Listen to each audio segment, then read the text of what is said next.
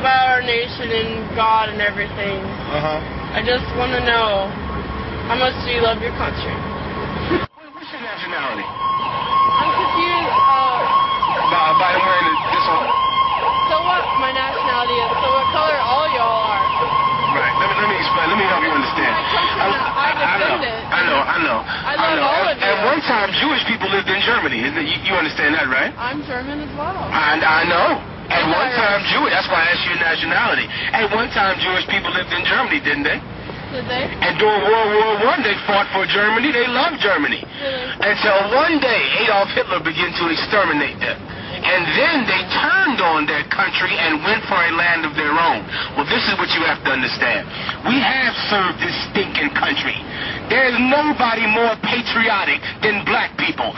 We're the people that die in your wars, build your cities, and raise your children, and bleed in all of your wars, and reap none of the benefits. There is nobody more patriotic than us. There is nobody that has served America more than us, until one day we found out that this is the land of our oppressor. This is not our homeland. So we decided to go find our own land. So we decided to go find the land of our ancestors, just like the Jewish people did in Germany. And you know what the problem with white people is? You don't respect anybody's humanity except for your own. You don't respect anybody's pain except for your own. You expect Jewish people to hate Hitler and to hate the Nazis, but you can't understand why we should hate you. You can't understand that because you're not human, and you're cruel, and you're selfish. And if you had any love and compassion in your heart, you would know how much you deserve to be hated. If you had any love in your heart, you white people are merciless. And you hate to look at anybody as a human being. How dare you ask us? Have we loved America? We have loved you forever, and you have always hated us. We have loved you consistently for 400 years. We prayed to that white Jesus, and we saluted your flag, and we died in your militaries, and you beat us like dogs. How dare you ask us, have we loved you? I have a question for you. When in the hell have you ever loved anybody but yourself? Give me Ezekiel 35. I'm looking you square in your eye and telling you this, that you are completely cruel. And you know why your heart is broken? Because I'm telling you the truth for the first time in your life. Your whole life you thought that you've been compassionate and caring, but meanwhile, you know what you are? Just another white girl standing on stolen ground, reaping the benefits of bloody fathers. That's what you are. Even though you think you're so liberal and so kind, all you are is another child benefiting off the murder of your father. That is who you really are. And you should face it. And you should fall on your knees and beg repentance for your evil, cruel, corrupt, selfish life that you've lived here on the bones of the North American Indian, on the bones of the slaves, on the bones of the Puerto Ricans, on the bones of the Mexicans, on the bones of all the poor people that your father murdered so you could go to college and so you could get drunk and high and have a good time. Your father had to murder for that privilege. You understand that, don't you? Your father had to kill. Your grandfather had to steal so you could live like Pamela Anderson in America. Give me Ezekiel 35. That's the truth. I'm showing you love. That's love. I'm telling you the truth.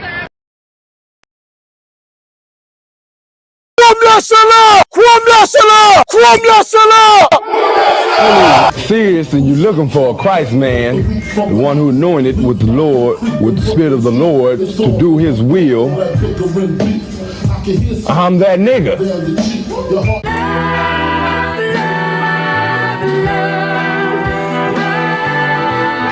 One West, 125th Street. Look, y'all put your faith in presidents like they gon' change this country. Run the league and let y'all play cause y'all gon' make a money. Fuck Obama, he ain't come here on cargo. American Honor don't like no soldiers. For the Spirit of the Lord, we don't like no soldiers. You understand me? saint. Black, Hispanic, Native, they hate your ass the same. Hate Christ in they image, paint you as a slave. God ain't all love, scriptures say he hate. African soft niggas, they know we not the same. School to prison pipeline to get you off the streets. Put you in the cell toilet connected to the sink. Molested as a kid, she prostituted as a teen. The byproduct of Martin Luther King dream. They just took the yoke off, my nigga, we ain't free. We living bleak in these wastelands of poverty. If you don't know the truth, then the lies sound promising. Prophecy, gift and the curse. Dylan started killing, they was sitting in church. Black folk forgave him, man, this shit is absurd. You should never love your enemy, that shit ain't gon' work. Yeah, fuck dying on your knees, you better die in glory. Man, I joined the UPK, taught me the art of warring. I took a nigga life like mine to be recognized. I feel that pain every day, it can't be reconciled. Pops banging, my sister a prostitute. My brother got life, and somehow I still found the truth. War ready, no cowards, no excuse. Fuck reparations, you can't bandage no open wounds. Blood on the leaves, body swing hung from a noose. I was on a run in Nashville and I found the truth. I called the school, classes being held by the shock on my life. I want to be a gangster like a cop. Do this for my brothers, real brotherhood. Everything we do, we got it out this book. My nigga, I can never be no African. UPK the only authorized acronym. I'm passionate about my brothers and sisters. We in hell, I ain't got nothing against them. That's another religion. If it ain't under your honor, Amy murdered Botham and got a hug from your honor. That's the way out for a coward in my observation. They don't fear the Lord, they indoctrinated. Wolves in sheep clothing, Joe Osteen. Real priests bringing back black royalty.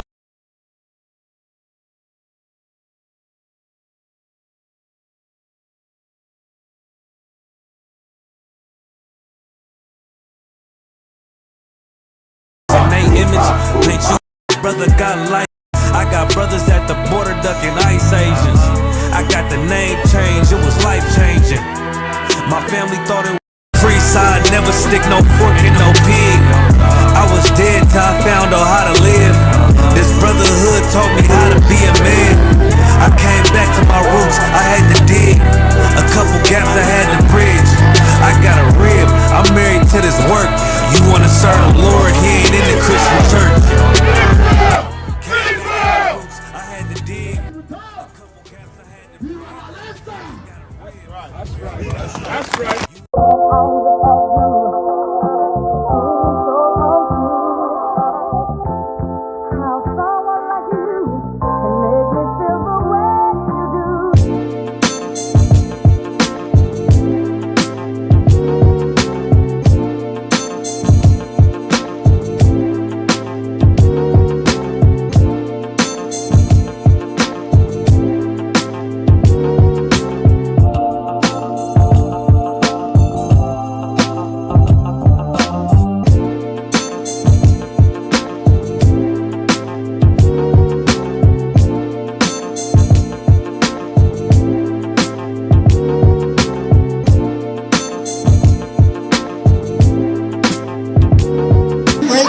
Murdered 77 million Native Indians, 100 million blacks in the slave trade.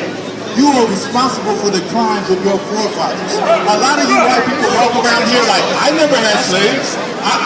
You were never a slave. I never had slaves. But you benefit for the crimes of your forefathers. The reason why you are able to walk around and enjoy Hollywood is because your fathers had to kill, they had to rape, and they had to murder innocent people for you to have that opportunity. Does it make sense? Hate it! The Lord hates Esau.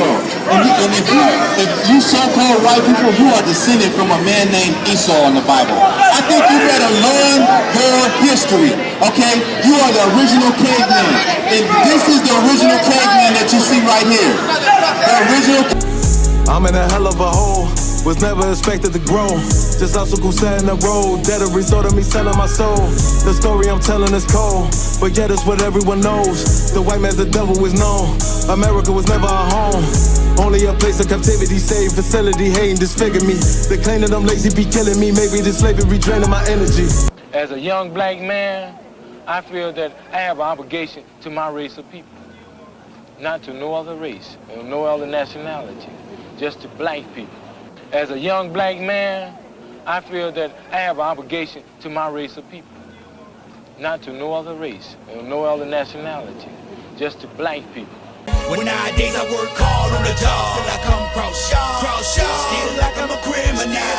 Crime and get caught, it could be your first charge. Like, man, you ain't getting the minimum. It gon' dip, squat, 5 mile run, push, pull, sit on, goddamn, get strong. Looking at my baby, trying to keep them doing wrong. It's too long before they grown, I can't leave them on their own. They killed Day like he had a 30-day case. The news covering up the story for what they say. It took me back to the time we lost Otis. Pretending these crackers, they gon' tell you something bogus. And I'm thinking like, damn, what you tell the kids? We try to put up a fight, but did we fail the kids? Cause they really got us looking like no damn good. And why success got to cost my manhood? Hey, black women, y'all got to wait the fuck up. Cause some of y'all heavy crackers keep us.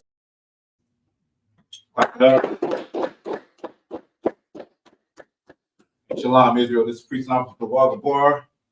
It's a long history class, and we're going to get it in. We're going to talk about why you shouldn't send your children to the military. I was going to say why you. A lot of y'all are unfit for the military, but Salakia. But why you shouldn't send, why Black and Hispanic people shouldn't go into the military. Why we shouldn't go into Esau's military. Why you shouldn't send your sons and daughters into Esau's military. If you could you get the video, not the video, but the article with the 3 brothers and sisters? Somebody, you already holding something, right? Malak Ma, if you could get with the 3 brothers and sisters that just got killed in Iraq by a drone in Jordan.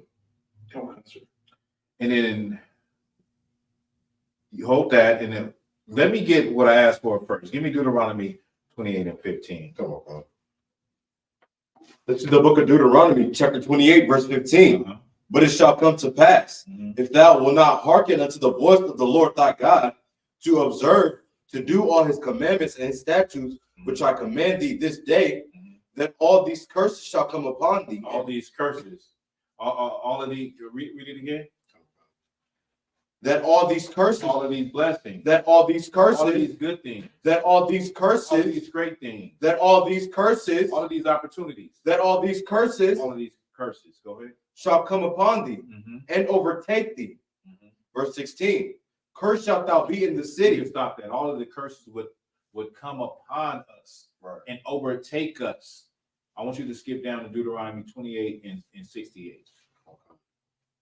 This is the book of Deuteronomy, chapter 28, verse 68. And the Lord shall bring thee into Egypt again with ships. We're going to Egypt again with ships. Exodus 20 and 1 tells you that Egypt is the Lord brought us out of the house of bondage, Egypt, ancient Egypt. He brought us up out of there. You know, this is just a sidebar. I've been doing some hardcore research on ancient Egypt. They say that the Israelites, many scholars and archaeologists say that the Israelites were never in ancient Egypt, because of the dates don't line up. And they said it couldn't have been because it doesn't line up as far as the dates.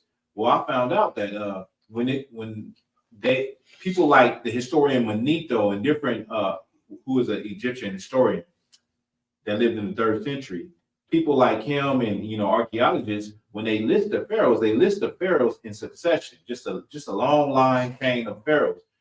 Comes to find out that pharaohs had more than one name. So when you start to, when a pharaoh rose to power, before he rose to become pharaoh, he was a co-regent pharaoh, meaning he was like right under a pharaoh. Okay. And then when he became pharaoh, now he has a different title. So what the white man did was name all the pharaohs in succession, not realizing that a lot of pharaohs had 2 and 3 names. And so when you start to line it up, it starts to clear up who was the pharaoh that did not know Joseph, who was the pharaoh that started to oppress the Israelites, because before that, the Israelites was living good in ancient Egypt. It was living good under Joseph, you know what I mean, and what Joseph had did, and the pharaohs remember what Joseph had did with the 7 years of famine and the 7 years of plenty. You know what I mean? But then the Bible says that a pharaoh rose up that did not know Joseph. And it doesn't tell you who this pharaoh was. And so they say, because they don't know who the Pharaoh is, and the way that they look at the information, they say, well, the Israelites could have never been in there. They could have never been in ancient Egypt because it just doesn't line up. And there's no records of the Israelites, but there are records of Semitic people being in ancient Egypt. They call them the Hyksos, right? Hyksos or Hyksos, right? They call them that, right? And so, anyway, just to get back on point, we were in ancient Egypt, and the Lord said He would take us into a house of bondage again. Go ahead. Okay. And the Lord shall bring thee into Egypt again with ships. By the way whereof by the way whereof, He's going to bring you into ancient Egypt again with ships. Now, anybody knows from the geography that it doesn't make sense to put people on ships and take them from Israel to Egypt when you can just walk them there. Right. So you would go into bondage this time with ships. The last time you were living there as citizens, and then a different Pharaoh rose up and he started to oppress you and made us slaves in ancient Egypt. This time you would go to an Egypt you would go to this Egypt with ships. And Egypt is a Greek word, right?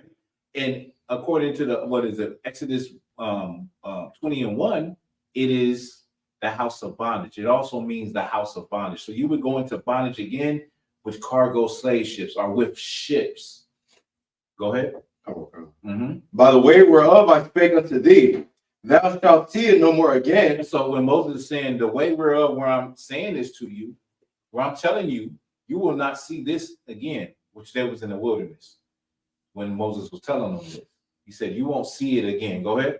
And there ye shall be sold unto your enemies for bondmen and bondwomen, and no man shall buy you. And then you will be sold to your enemies for bondmen and bondwomen, for slaves. And nobody would redeem you. Nobody would get you out of this. Now, a lot of people, contrary to popular belief, believe that this only applies to Negroes. This does not only apply to Negroes, because when the Europeans came to North America, they not only did they take Native Americans back to Europe, when Columbus came to the West Indies and he came to those islands and he came across the Arawak and the Taino Indians, he took them back to Spain.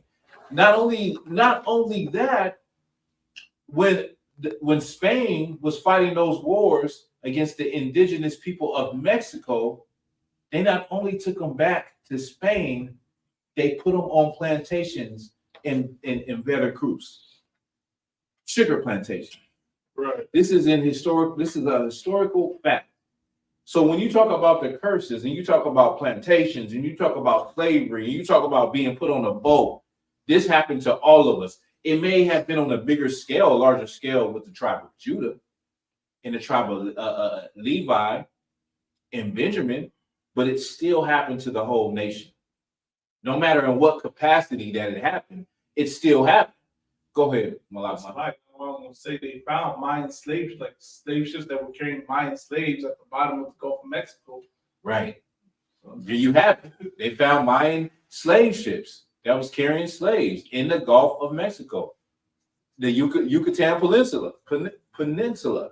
You understand? So all of these things go hand in hand. Not only that, what I wanted to bring out is that the Lord had mercy on us, and for a time he had mercy, but then he brought his wrath against the whole nation of Israel. And the time when Black people were living in North Africa, after Jerusalem had fallen, we were living in North Africa. We were called Berbers, we were called Moors, and we were living in the interiors of Africa. We were just living, and a lot of different people tolerated us. Also, the Native Indians, they came to this land. They were just living, and the Lord tolerated them. The Mexicans, the Mayans, the Incas, the Aztecs were living and building great kingdoms. Right. And then the wrath of the Most High came, and that wrath was through the Europeans. Right. That wrath was through the Spanish conquistadors. Right. That bondage that we're reading about, it eventually came. It eventually came, and it got here, and it touched us, and we were all affected by it. We were all affected by it. And today, you look at us, we are the residue of what happened to our ancestors. The way we live, the way we think, you know what I mean? The way we hate one another. It's the residue of what happened to us. But did God forget about that? Did the Lord forget about slavery? Did the Lord forget about the Spanish conquistadors killing 200 million Mexicans? Did the Lord forget about 77 million Native American Indians being killed? Did the Lord forget about that? Did he forget about the transatlantic slave trade? Did he forget about it? Give me Exodus 21:16.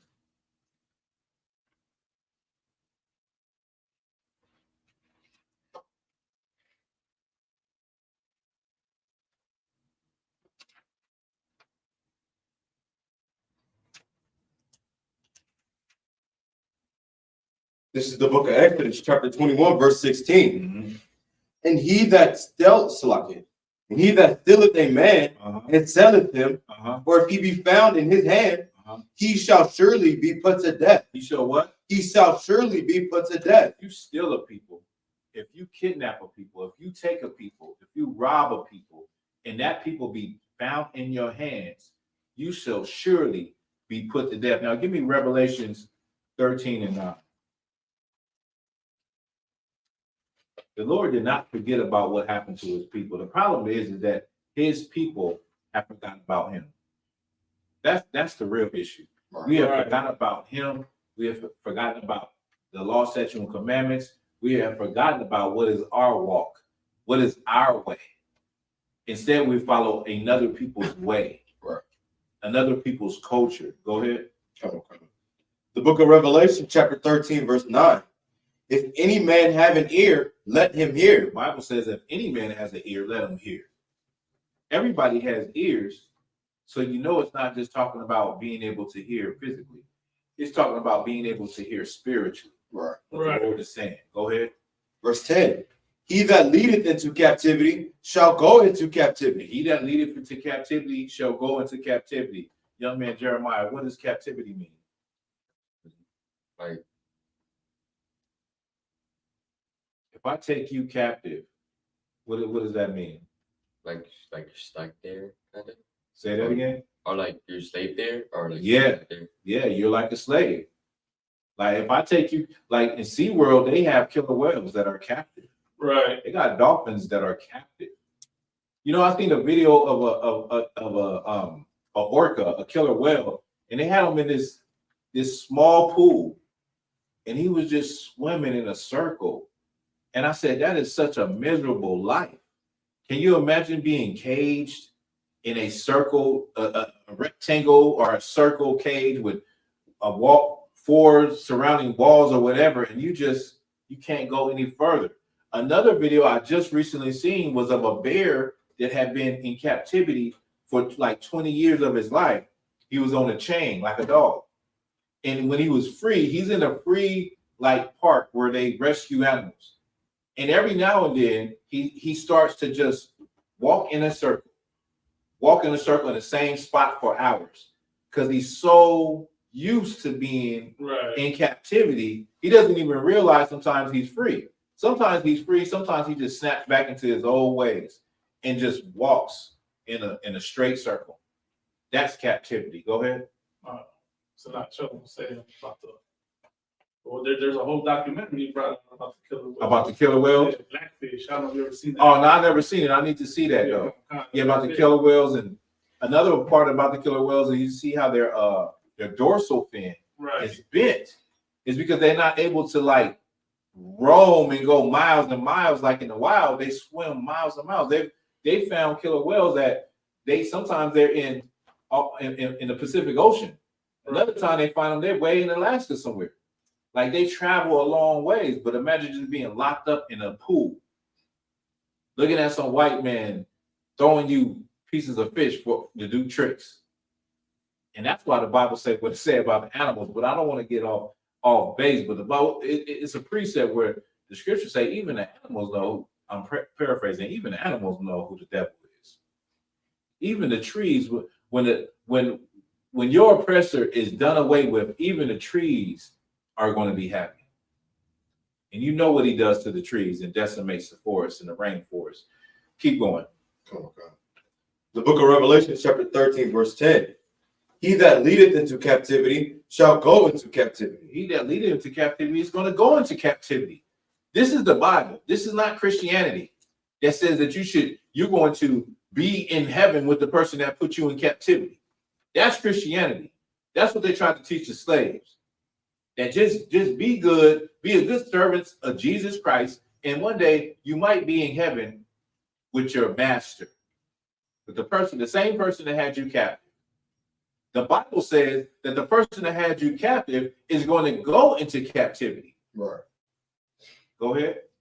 He that killeth with the sword must be killed with the sword. And the Bible says that he that killeth with the sword must be killed by the sword. And let me just snap you out of your little Christian mind. It's not talking about individuals. The Lord don't deal with individuals like that. He deals with nations. Now, the Lord has prophets on an individual, basis. But when it comes to the judgments of his people, he judges his people as a nation. He doesn't judge his people by what one person did.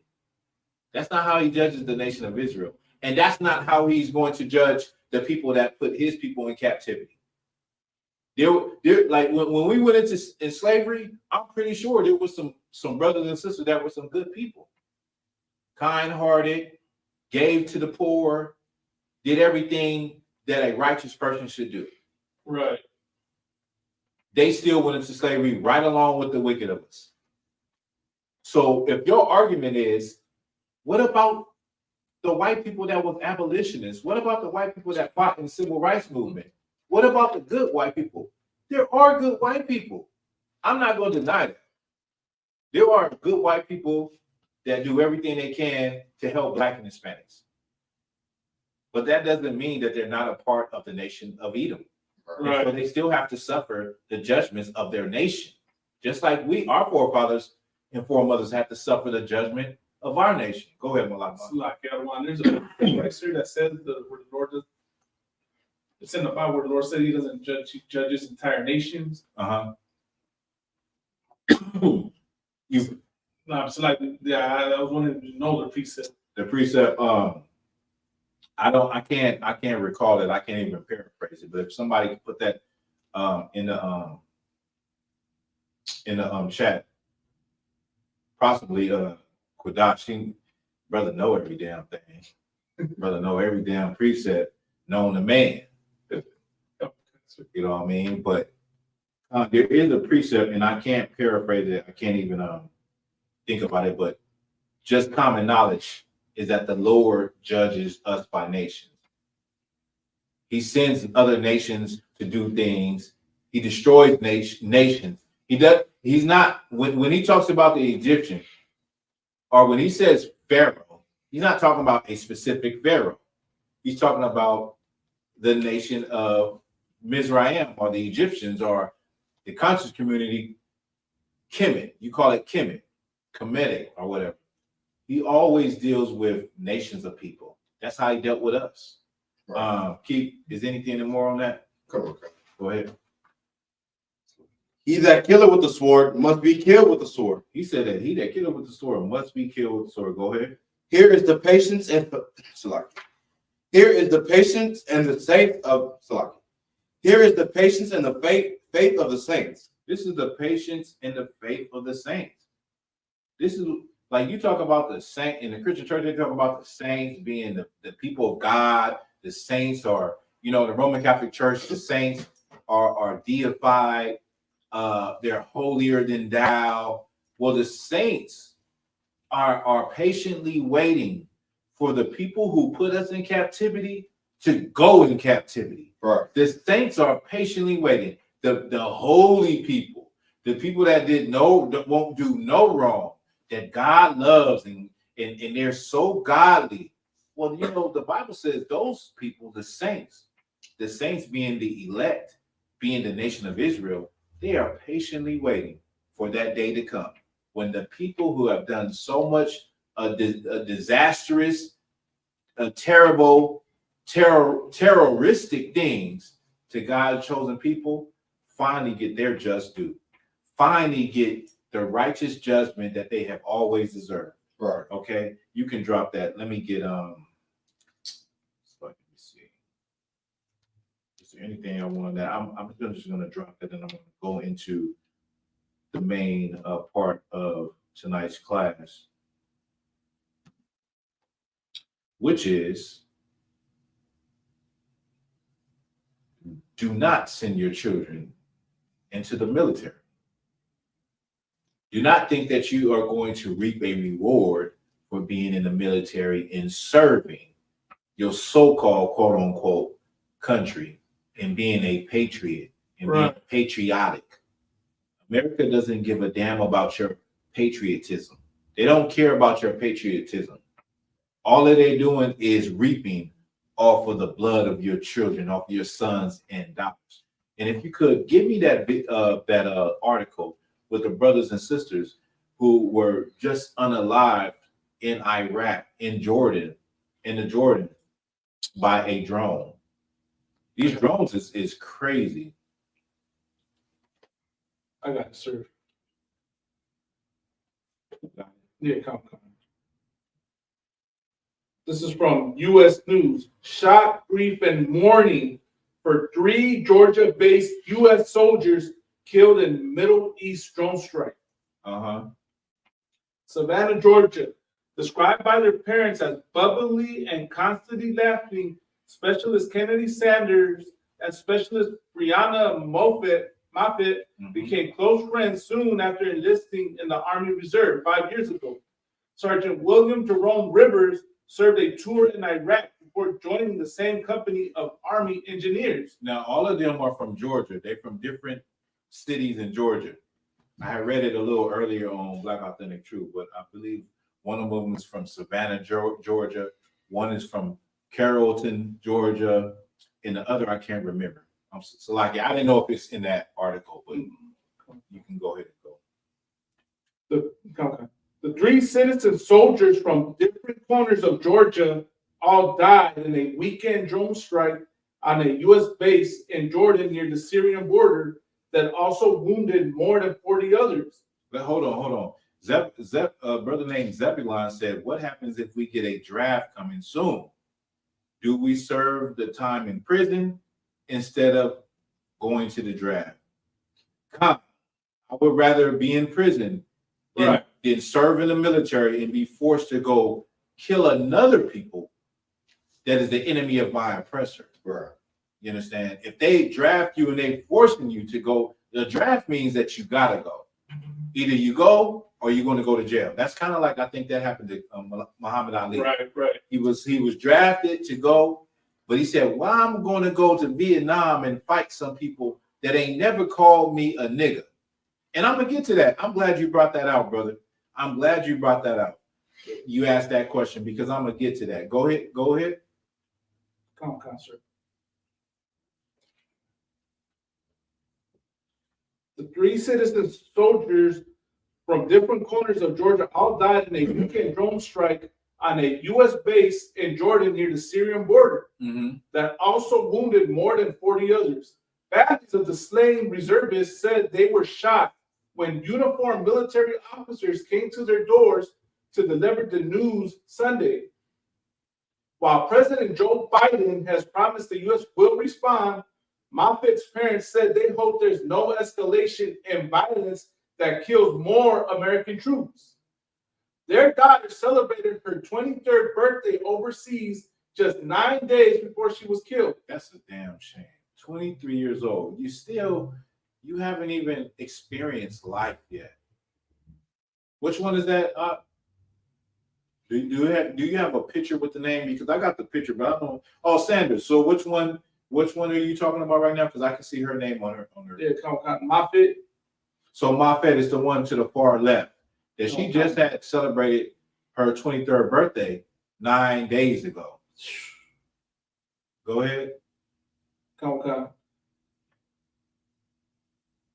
I just hope and pray no other family has to go through this. Francine Moffitt, the young soldier's mother, said Monday through tears at the dining table of her Savannah home, it takes your heart and soul and your soul. The sister Baratanawa said the young sister who was unalive, her mother was so pleased to know that Biden said he would be honored, but the daughter is still dead. Who they cared nothing about. Right. You know, the America would say they died an honorary death for their country and all of that, but they're still gone. And this is not our fight. We're out there fighting people that technically don't have a problem with us. Right. They have a problem with our oppressor, who is the so-called white man. That's who they hate, and that's who their anger and their frustration is towards. Not blacks and Hispanics that join the military and are put on the front lines in infantry and put in areas where you're the first people to be unalive. We are put in, areas where we are the people that are like a buffer.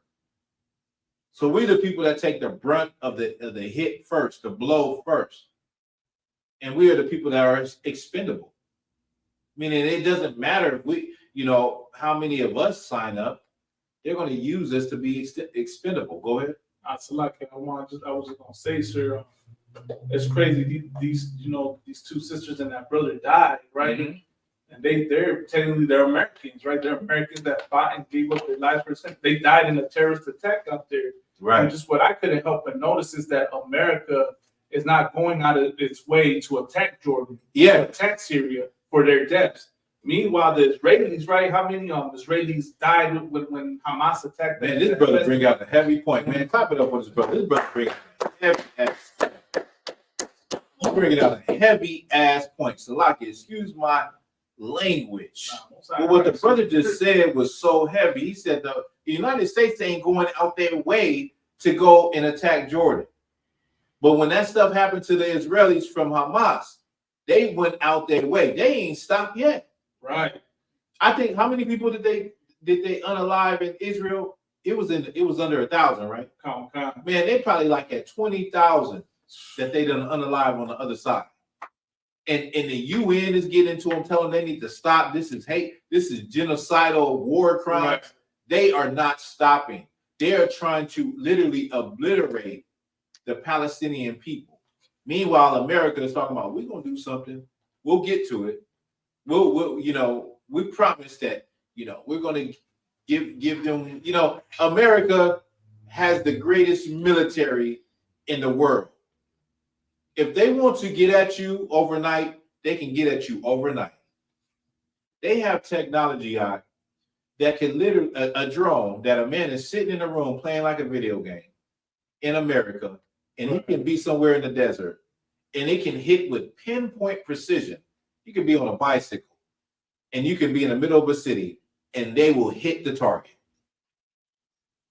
So what the brother is bringing out is so true, and it's just the truth that if they really wanted to, if they really gave a damn, they would have already, literally, the people that perpetrated this act, they would have already been blown to the Stone Age. But I read earlier that the Iraq, I don't know what the name of them are, but they have already said that they're not going to attack U.S. targets anymore. Literally, like they hurry up and said, we're not gonna, we're stopping all U.S. attacks. The Iraq government.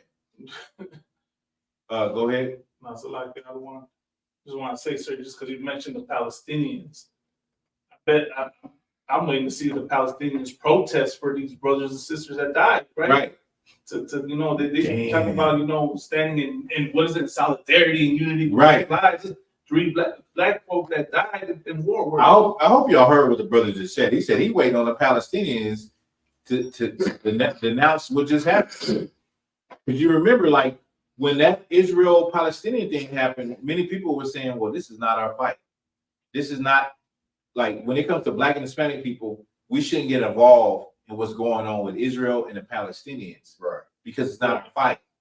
And then a lot of Palestinians were saying, well, we stand by Black people. We stand by civil rights and all of that stuff. So what are you talking about? So they was arguing that they always support what's going on with Black and Hispanic people as far as police brutality and injustices. But where are they at right now? Where are they at right now? Where's the world at right now? The whole world was on the side of Israel. The whole world was saying, well, you know, they gotta do something. They gotta handle business. The whole world was on the side of Israel. Where's the whole world now? With 3 Black military officers killed from a drone attack. They're not there. You know what I mean? Anyway, what was the story? Let me see. Let me hear a little bit more. Brianna Moffitt joined the Army Reserve in 2019 after graduating from high school. In addition to her military service, she worked from a home care provider, cooking, cleaning, and running errands for people with disabilities. Her parents said, "Damn."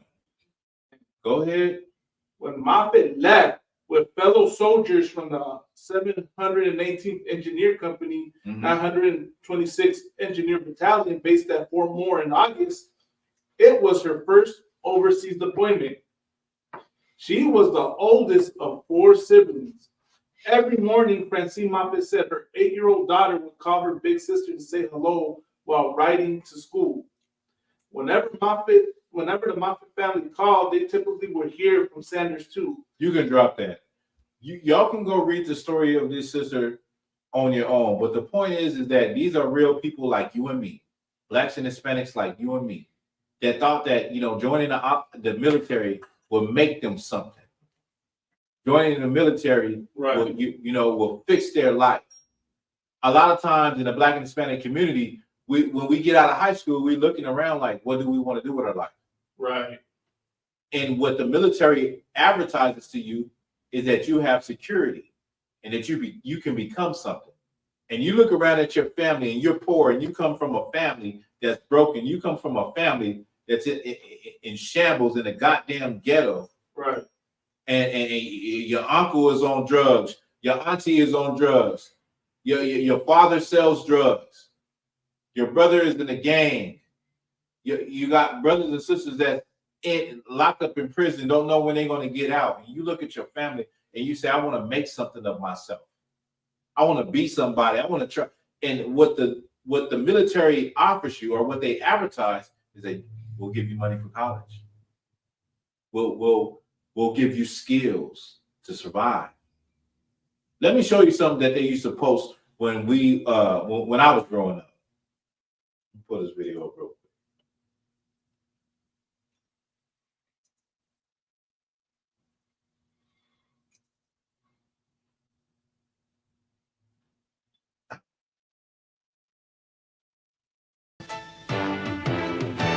You're reaching deep inside you. Go! For things you've never known. It's been tough, rough going, but you haven't gone alone. We do more before 9 a.m. than most people do all day. All that you can Hey, be. First Sergeant.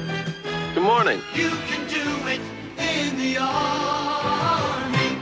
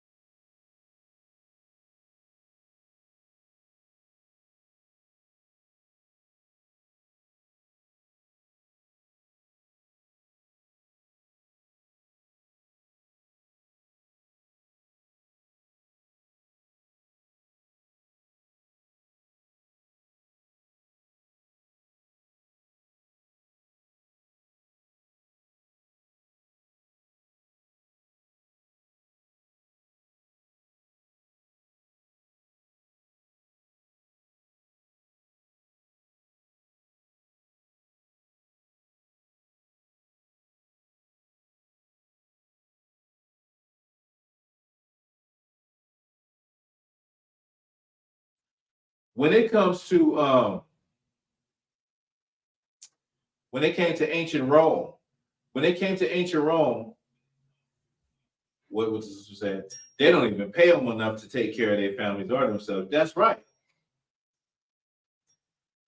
When it comes to ancient Rome, man, okay, ancient Rome was the pinnacle of civilization.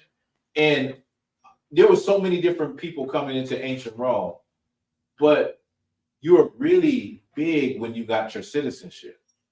And so for Israelites being in Rome, the way to get your citizenship was to join the military. You joined the military, and that's how you got your citizenship.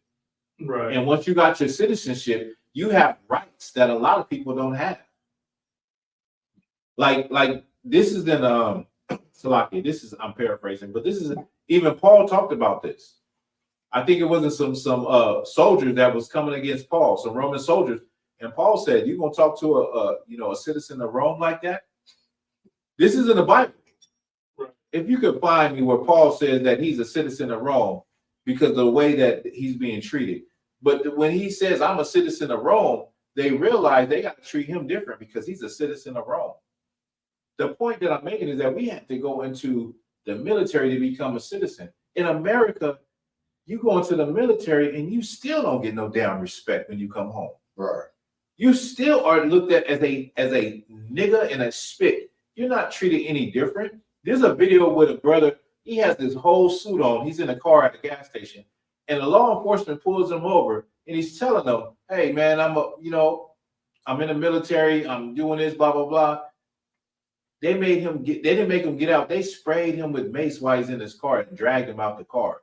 Just humiliated the brother and treated him like he didn't even have a uniform on.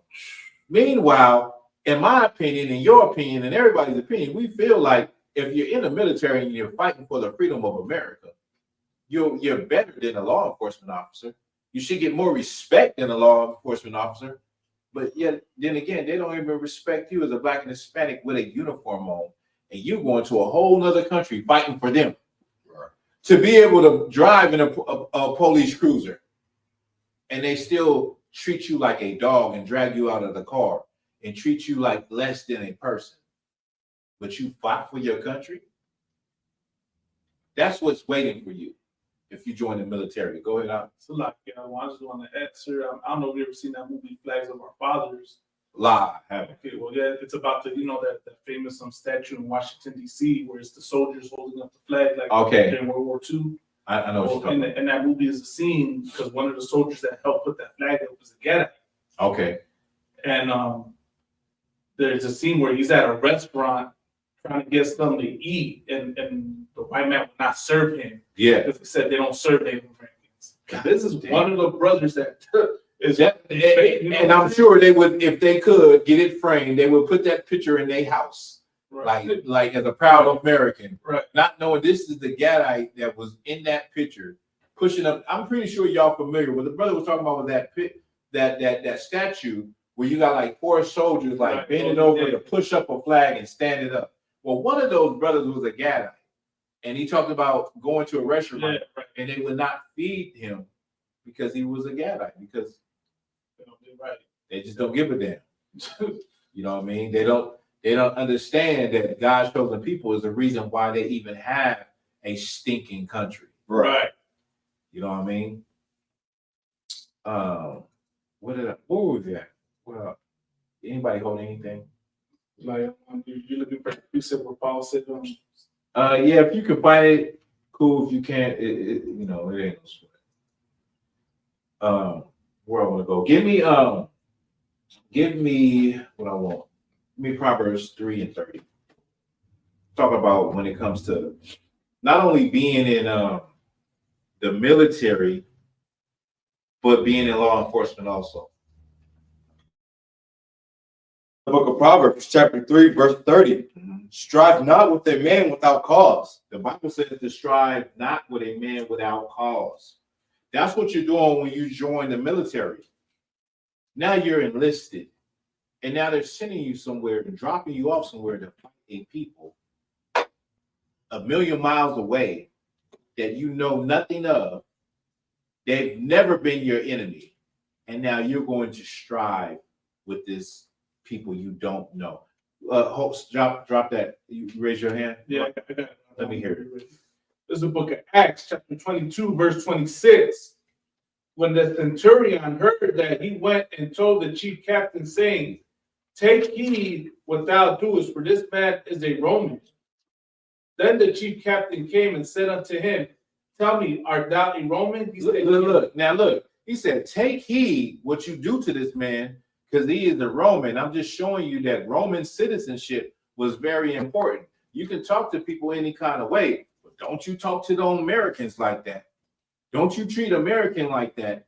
That's the type of entitlement that Americans be having when they're in other countries.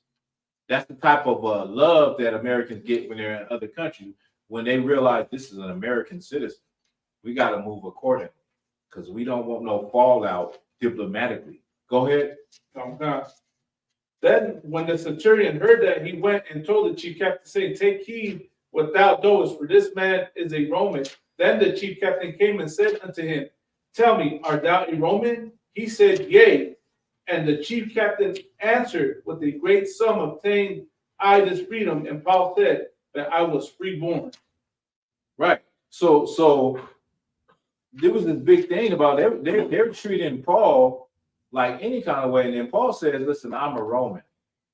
I got Roman citizenship." He's an Israelite with Roman citizenship.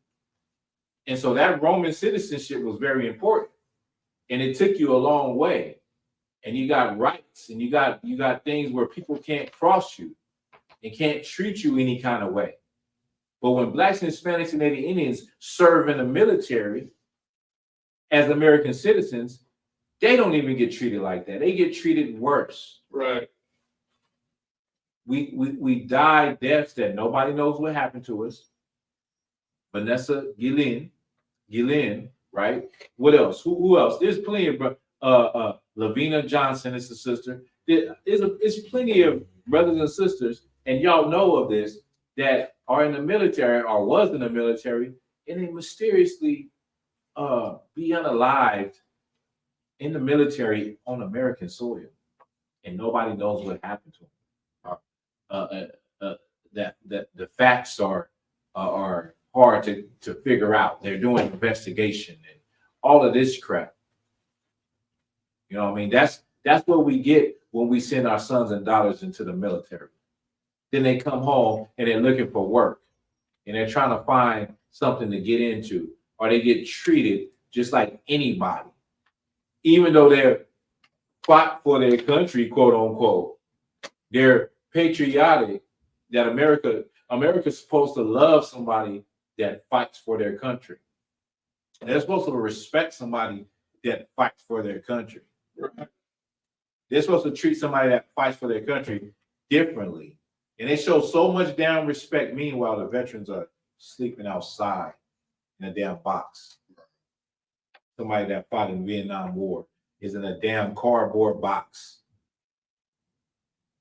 living in a damn tent city somewhere in LA. Somewhere in one of these, it's so many of them, somewhere in one of these damn ravines in San Bernardino, one of these damn ravines where, what they call them things? Ditches. Right. Where the rainwater goes. You know what I mean? Oh, concert. You was gonna ask something? No, not lots. We got that. I'm gonna play a video for you. I'm gonna play some videos for y'all, and I want you to see. Now, this is in 1967 in Harlem. I want you to see how Black people felt about Black men going into the military to fight in the Vietnam War. Okay? So just watch this real quick. Let me just.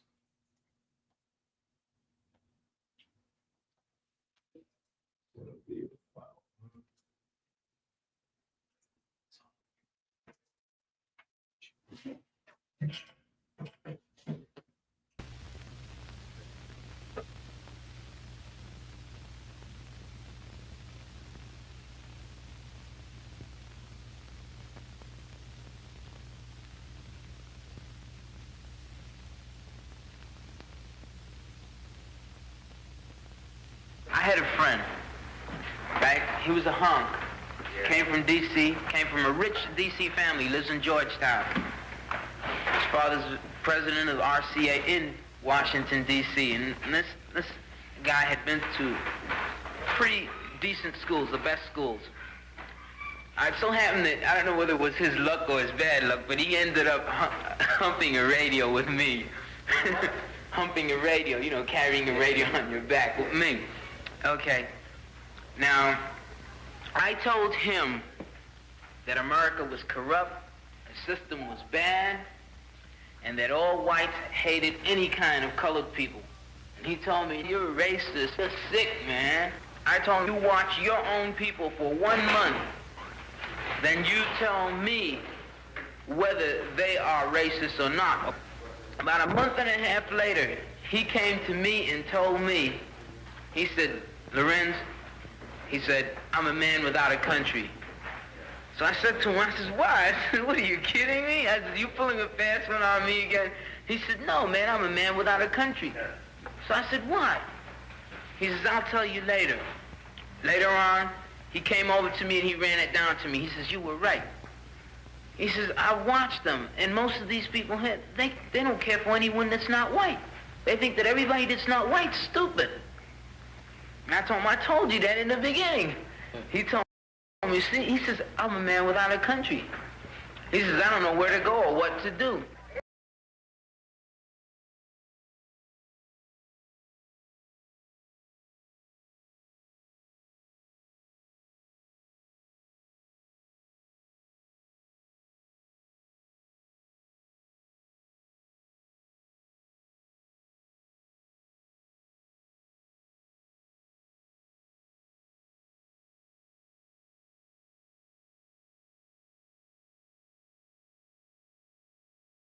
I live here. This is my community. Of course.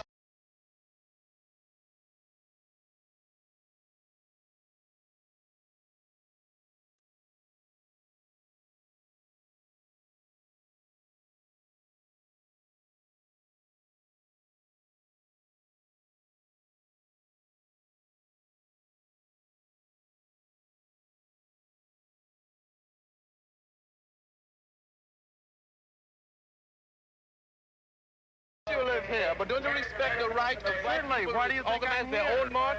Right. Don't you? Why do you think I'm here? All right, so why can't you march in the Central Parkwest? I'm not going to make any short of it. Behind the group. I want to go with you. You see, are you helping their cause? I'm here to march in opposition to the war in Vietnam. That's why I'm here. I'll be glad to get behind the group, but I want to go with them. I'm a part of this community, and I feel a part of it.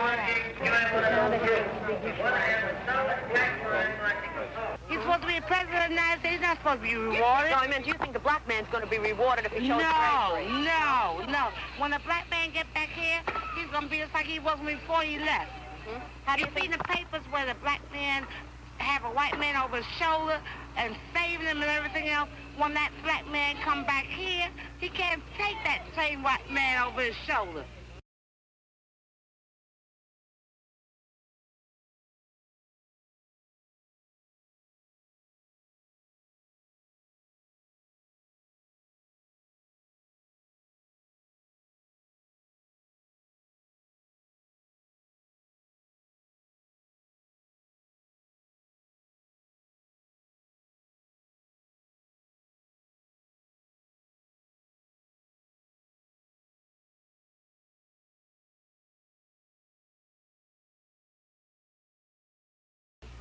How do you think things are going to change? Are they ever going to change? No.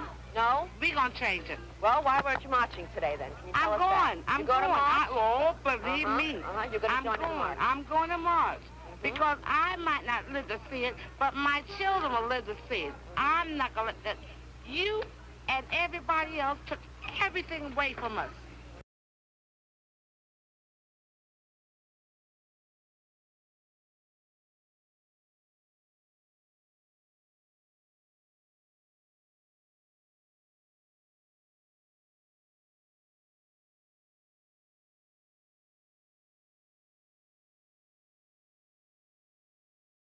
And we're going to get it back. Believe me when we say we're going to get it back. And you think this march will help you to get it back? It's a piece. It's a step forward. You know, you got the 1 step, 2 steps, 3 steps. You can't just bottom to the top. What do you think about this question of patriotism? That you should be patriotic and send your kids to fight over in Vietnam? No. Well, for what? For what? What we got to be patriotic for? What you gave us? You didn't give us nothing. Why should we keep and fight for you? You all got the best parks, the best houses, the best of everything. When we get it, we have to stop and pay all of our salary for rents. To halfway get a decent place to live. I got a house there that's full of so much rats, it ain't even funny. Man.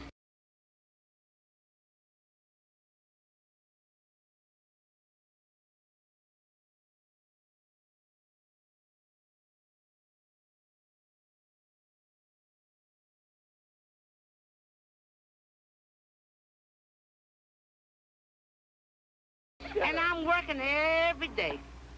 And I'm working for the state.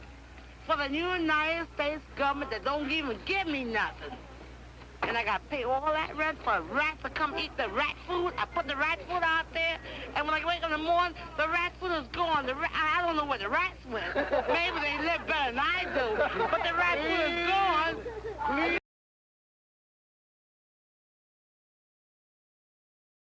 You're going to be marching today, sir. Oh, no. You tell that white man to clean that house. You're going to march? Tell that white man to fix them holes. I had about 60 days left, 64, 65 days left to do in the Nam, down south. And I was singing a song that I had made up from, another tune. And it was, soon I'll be going back to where the rats and the roaches roam. And this guy who was next to me said to me, what do you mean? You got rats in your house? So I turned to him, and he was a hunk. I turned to him and I said, yeah, I got rats and roaches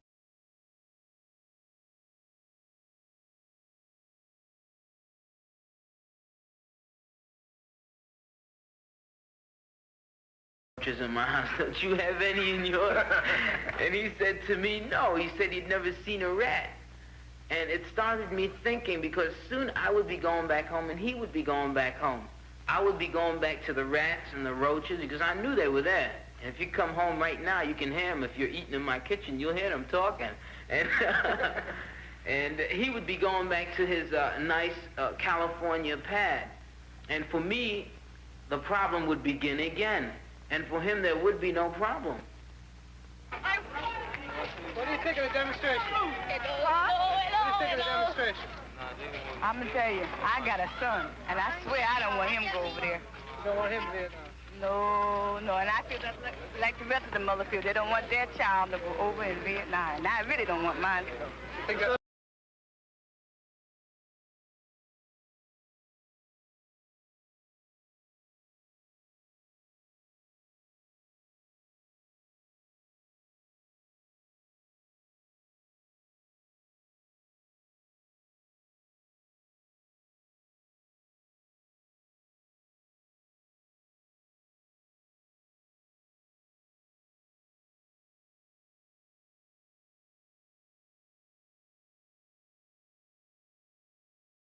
We got Trump trying to come back in the office. Imagine how many so-called blacks and Hispanics are going to go join the military, because you see the big support from a lot of the so-called blacks and Hispanics for Trump. Right. So you can only imagine how many of them are going to go enlist. And enlist in the military. Because a lot of black and Hispanic people are under the illusion of inclusion with politics, thinking that Donald Trump actually did something for them, when really all he really did was boost the economy. I mean, Trump did some things that are probably better than other presidents, but that's not where our power and our strength lies. Our power and our strength lies as black and brown people. It lies in our identity first, in knowing who you are. So therefore, you can start to keep the law, statutes, and commandments and follow what God says. Everything else will fall into place when it comes to any hardships that we have when it comes to our communities, anything, you know what I mean? Like, in the ISUPK, we are not for any political party. We don't vote for no man. We vote for a black man named Jesus Christ. That's who we vote for. Okay. Let me keep going. I'm gonna skip a little bit. Let me see.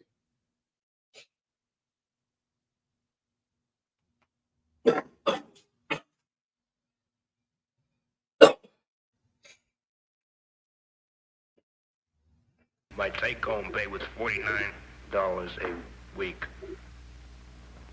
How do I feel about it? Yeah. What do you mean, how do I feel about Well, are you in favor of demonstrating against the war in Vietnam? it? I'll tell you what I'm not in favor of. I'm not in favor of cleaning up another country when this is filthy. That's right.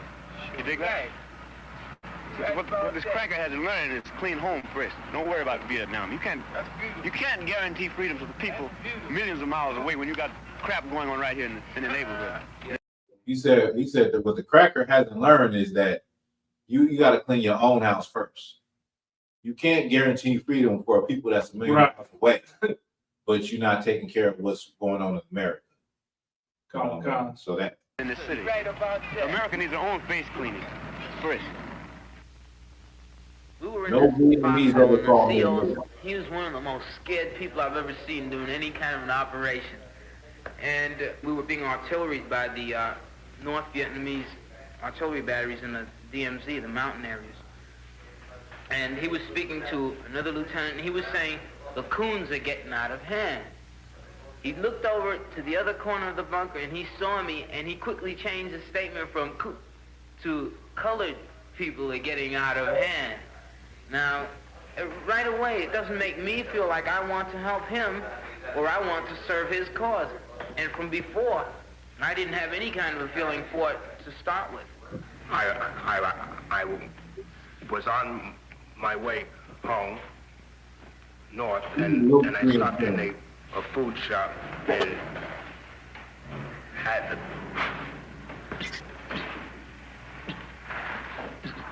the lantern, and I had on the whole green suit. I walked in and they wouldn't serve me. So right then, with me, the green suit and the flag didn't mean a goddamn thing. Damn, did you hear that? Right. The brother said that he was in Atlanta and he walked in with his uniform on and they wouldn't serve him. And he said right then, the flag didn't mean a goddamn thing. Right. It didn't mean the uniform and the flag didn't mean nothing to him because he's seen that how he was getting treated, even with that on, even with serving your country, you still wasn't even allowed to eat in restaurants. You got to really think about this. I'm fighting for your damn freedom. I'm fighting for your freedom to operate a restaurant, for your ability to be free and operate a restaurant. A lot of times people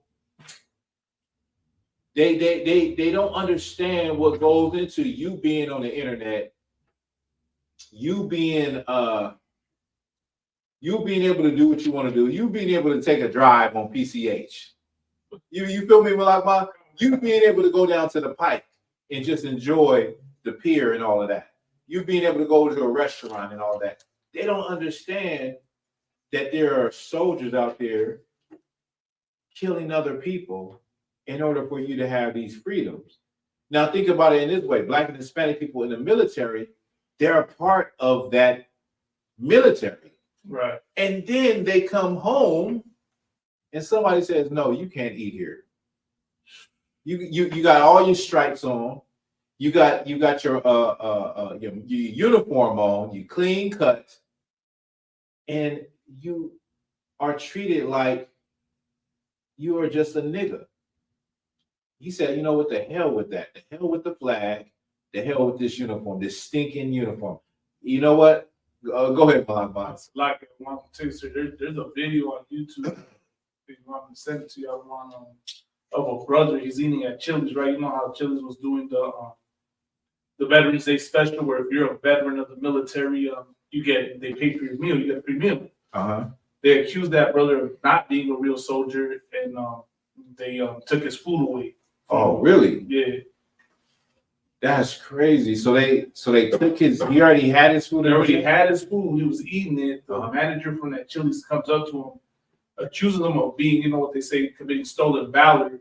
He showed his military ID and everything to them. But because Edomite had accused him of being a fake, like not being a real soldier, or not something being like really in the military. The manager took his food away.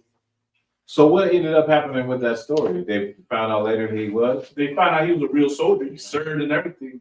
And they fired. They most likely fired the manager that did it. They just, like you said, when it comes to show, like your military system means nothing. It means nothing to them. Your military service means nothing to your oppressor. And I'll say it again, that when it comes to you look at how they treat their own military service members, their own people, and they're all over the streets. They're laid out. They can't get the resources and the money from the VA. And then when they pass away or when they have Memorial Day and all of that, they pay homage, but in reality, it's just a big farce. It's just a big lie. It's just, they don't really give a damn. You got that for me?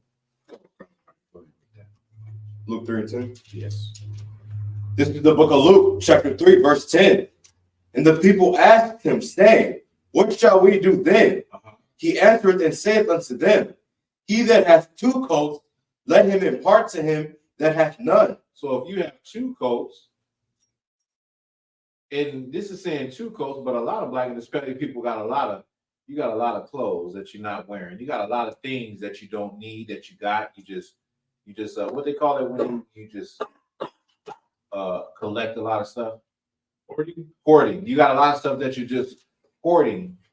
You should give it to somebody that doesn't have that.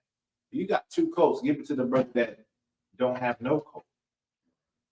Go. You got two garments. Give it to the brother that don't got no garment. Go ahead. Let him impart to him that hath none.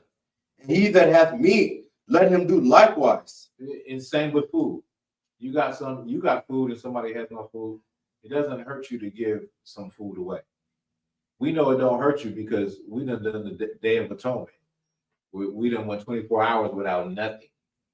And we were okay. Go ahead. Verse 12. Then came also publicans to be baptized, and said unto him, Master, what shall we do? And he said unto them, this is John the Baptist that's talking about. And he said unto them, exact no more than that which is appointed you. So the publicans are the tax collectors. He said, don't take no more than what is appointed to you. Don't take no more than what is due. Don't be greedy with interest and trying to, get a few extra dollars from each person and it all adds up. We like to do scams like that. The reason why that's even there is because we do that today. Black people do people's taxes and Hispanic people do people's taxes and skim off the top and say, I'm going to take a little more. I'm going to take a little more. And then this little bit from each person will add up. And then, I'll be able to have a nice vacation. I'll be able to do this. I'll be able to do that. Get those rims that I wanted. Go ahead. Come on. Verse 14. And the soldiers likewise demand of him, saying, and what shall we do? And he said unto them, do violence to no man. Do what? Do no. So I said the soldiers. Read that part again. Verse 14. And the soldiers likewise demanded of him, saying, and what shall slow down? Read from the top and slow it down. And the soldiers likewise. The soldiers likewise. We're talking about soldiers being in the military, being a special unit, special forces. Like what was the Christopher Dorner, special force, decorated Marine, being in the police department, law enforcement. Read it from the top. Verse 14. And the soldiers likewise demanded of him, saying, what shall we do? What should we do as a soldier? What should I do as law enforcement? What should I do as somebody in the military, the Navy, the Army, the Marines, the Air Force? Go ahead. And he said unto them, do violence to no man. Do what? Do violence to no man. Do violence to no man. What is violence? What is it saying? What is it saying right here? Somebody, go ahead. Like unaliving? I mean, that violence is not just violence doesn't mean, unaliving, but just that. Violence covers a lot of different things, right? So do no violence. Jeremiah, what is do no, read that again. Sorry, ask. Do violence to no man. Do violence to no man. What does that mean to you? Don't do violence. Don't do violence, but give me more. Give me more. Okay. What is violence to you? Like what can be violence? Like shooting, or fighting. Shooting or fighting or putting your hands on somebody. Yeah. Okay, I'll take that. It says, read it one more time. Come on. Do violence to no man. Do violence to no man. So when you're in the military, what are you doing in the military? If you're enlisted and you're in the infantry and you got to be out on the front lines, what are you about to do? Violence. You're going to do violence to someone. They're going to ask you to go and fight the Viet Cong, go and fight these Vietnamese people. You as a Black and Hispanic person have never had a problem with any Vietnamese person. But now you're going to go do something to some person that has never done anything to you. The Bible is not for that. Whether it be another nation or it be your own people. The Bible is not for you to do. The Bible doesn't stand behind you doing violence to no man. The Bible doesn't stand behind you doing violence to any man in the name of the American military either. Right. So you're going to go do something to somebody, and the Lord is not with you in that.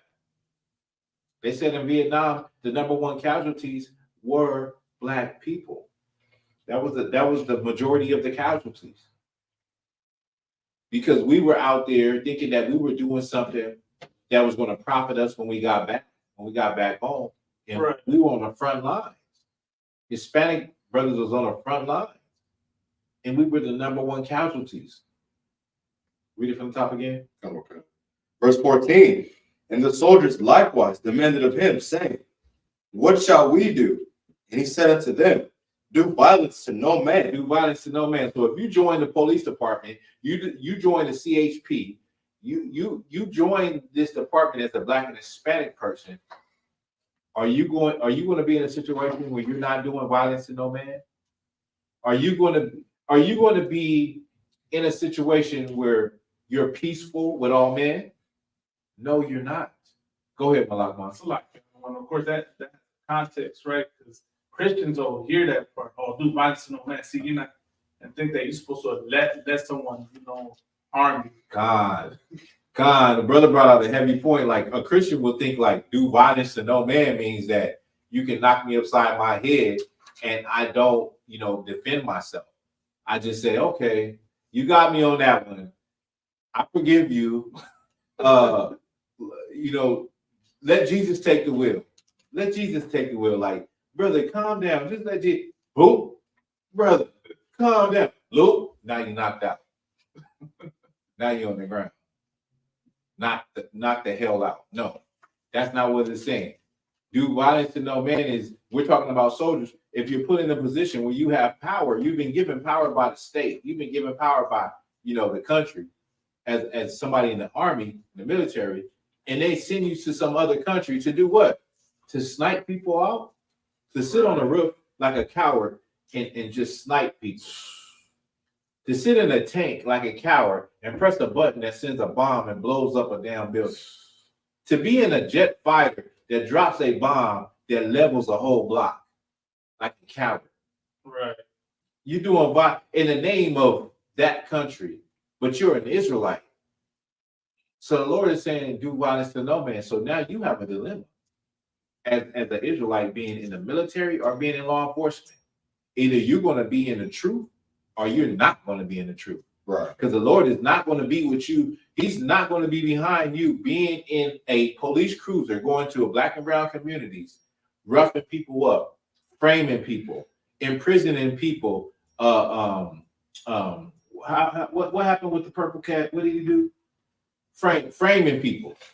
The Lord is not going to be behind you trumping up charges on people that have done nothing. Right. setting people up, picking up brothers and dropping them off in another hood. Right. So they can get the hell beat out of them, or even worse. Police brutality, hitting somebody upside the head, kicking somebody when they're already handcuffed. The Lord is not going to be with you on that, but that's the culture of law enforcement. That's the culture of being in the military. It says, do violence to no man. So that means you're X'd out from being a part of Esau's military in law enforcement. Right. Unless you're a damn secretary or something. Unless you're somebody that is not hands-on, because we know the culture of law enforcement is to hurt black and brown people. It's been proven throughout the decades. And we know with the military, you can pull out so many stories of what the military does that comes out, like Guantanamo Bay, right? Where they were hazing people, waterboarding people, having them get in sexual positions and taking pictures of them. These are military people that got so-called terrorists, and they're doing these things to them. So as a black and Hispanic person, it's either you're going to be there and be a part of it, or you're going to be that person that's there. You're not taking part of it, but you're not saying anything either. And you can't do neither of the two. You would have to leave the force after learning the truth. Right. You would have to leave the military after learning the truth. You have to say, hell no, I'm serving the Lord and I can't do this because of what the United States military stands for. They're executing people. They're hazing people. They're doing all of these crimes that no one knows about. The LAPD is unaliving people. They're setting people up. They're stealing. They're doing all of they're doing all of this garbage to hurt and bring violence to black and brown communities. Right. Not protect and serve, but to bring violence and hurt to these communities. I can't be on the force. I've learned the truth. I learned who I am. I can't be on the force. You have a dilemma as a black and brown person. You have a dilemma as a black and brown parent to tell your child, don't join the military. Right. Son, it's better options out there, son. I believe in you, son. You can do other things with your life. Daughter, I believe in you. You can do other things with your life. You trying to go to college? There's other avenues to try to get into college. You don't have to go there to get the GI Bill and get all that to get into college. You don't. I'd rather you sweep floors and you have dead-end jobs and build yourself up, get into a class that gives you a trade, than you to join these the law enforcement or the military. Right. Is there any more on that? Go ahead. Do no violence, do violence to no man.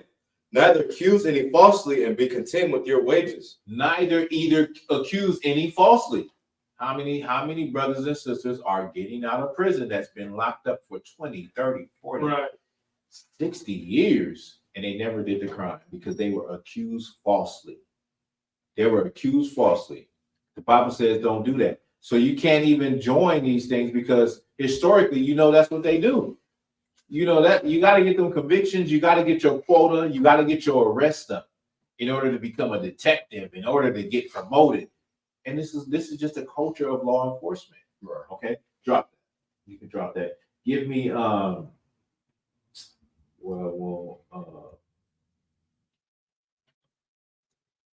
give me Ecclesiasticus 7:1.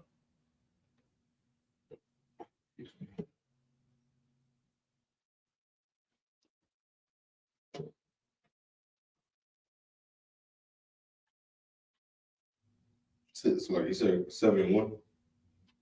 Yeah.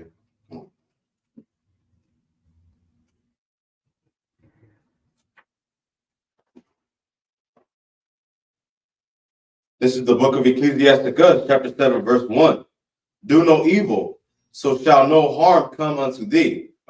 Depart from the unjust, and iniquity shall turn away from thee. The Bible says to do no evil. Right? Don't do no evil. Read it from the top again. The book of Ecclesiasticus, chapter 7, verse 1. Do no evil, So shall no harm come unto thee. Do no evil and no harm shall come unto thee. You get in that military, you're going to do some evil. You get in that law enforcement, you're going to do some evil. And then what? Harm is going to come to you. Even if you're put in a position where either you're going to do the evil or you're going to turn your eye away from the evil. You're still just as guilty. Right. That's like saying, that's like in a white man's law, if you're at the crime, if you're with the person that committed the crime, but you act like you didn't see it, it doesn't matter to them. They're like, you was there, you didn't say nothing. You're just as bad as the person that perpetrated the actual crime. And so you're going to be judged accordingly. And that's the thing with the Lord. The Lord says, do no evil, so no evil will come to you. You get into that military and some evil going to come to you. And some things are going to happen to you. First of all, you're not even supposed to be out there. Why in the hell are you out there in Iraq? Right. Many times people will look at black people and say, what? Why? You're not my enemy. I don't even know why you're out here. Vietnamese will tell black people on the radio, go back to America. Like, this is not your fight. This is not like you're out here, you're fighting us. And technically, we're another brown people. We're not Israelites, but we're a brown people. And you're a minority group. You're fighting us for your oppressor. This is not your fight. Just go back home. These people don't even love you, that you fighting for them. Right. You're like a damn torpedo. You crashing out for a people that when you get back home, they're going to call you a nigga to your face. And you're going to come into a restaurant with a uniform on, suited and booted, and they're going to say, we're not serving you. Get the hell up out of here. Well, how much is going to cost for me to turn those white-only pies into Negro pies? Get the hell up out of here. We're not selling you anything. Don't care how much money you got. We don't serve blacks, Hispanics, Indians, or dogs. Y'all all in the same category. Get up out of here. You done fought for your country. You done carry white men over your shoulder. You know, injured white man. You running. You got a shield of valor. What they call it? A medal of valor. Right. The Purple Heart. Decorated. You're a decorated Negro, and you still get treated like a nigga. Go ahead. I want to worship you missing limbs. You got scars. You missing limbs and all that. Give me the story of Salakia. I'm gonna play the story. Let me get it off Black Authentic Truth. Story of Isaac Woodard. Okay. Play the story of Isaac Woodard.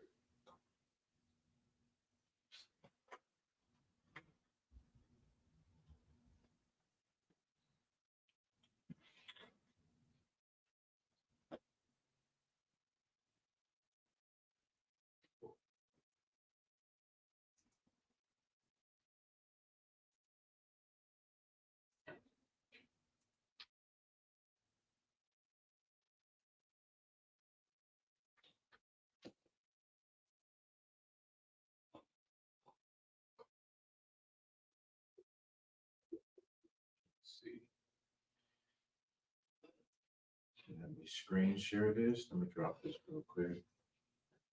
Present. Share the screen.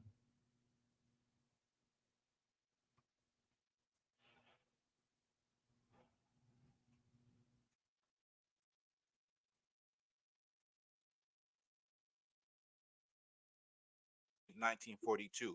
He served in the Pacific Theater in a labor battalion as a longshoreman and was promoted to sergeant. He earned a battle star for this by unloading ships under enemy fire in New Guinea. And on February 12, 1946, he received an honorable discharge. That same day, the 26-year-old Woodard Jr., still in uniform, was on a Greyhound bus traveling from Camp Gordon in Augusta, Georgia, to South Carolina to pick up his wife and then go to New York City with her to visit his parents. At a stop in North Carolina, he asked the bus driver if there was any time to use the restroom. The driver cursed and said no. Woodard cursed back. The driver said go and hurry, and Woodard went and used the restroom. When the bus stopped in Batesburg, the driver contacted Chief of Police Linwood Scholl, who forcibly removed Woodard from the bus. After demanding to see his discharge papers, a number of policemen, including Scholl, took Woodard to a nearby alley where they beat him repeatedly with nightsticks. They then took Woodard to the town jail and arrested him for disorderly conduct, accusing him of drinking beer in the back of the bus with other soldiers. During the course of the night in jail, Scholl beat and blinded Woodard. Woodard would later state in court that he beat him for saying yes instead of yes, sir.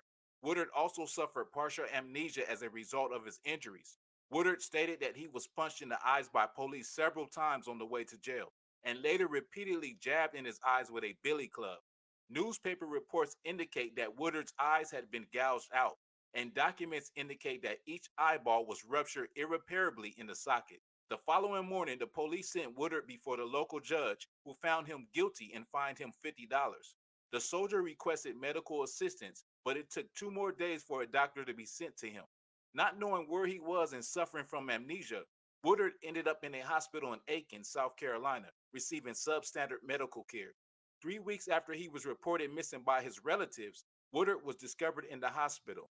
He was immediately rushed to the U.S. Army Hospital in Spartanburg, South Carolina. Though his memory had begun to recover by that time, doctors found that both his eyes were damaged beyond repair. On October 2nd, Scholl and several of his officers were indicted in the U.S. District Court of Columbia, South Carolina.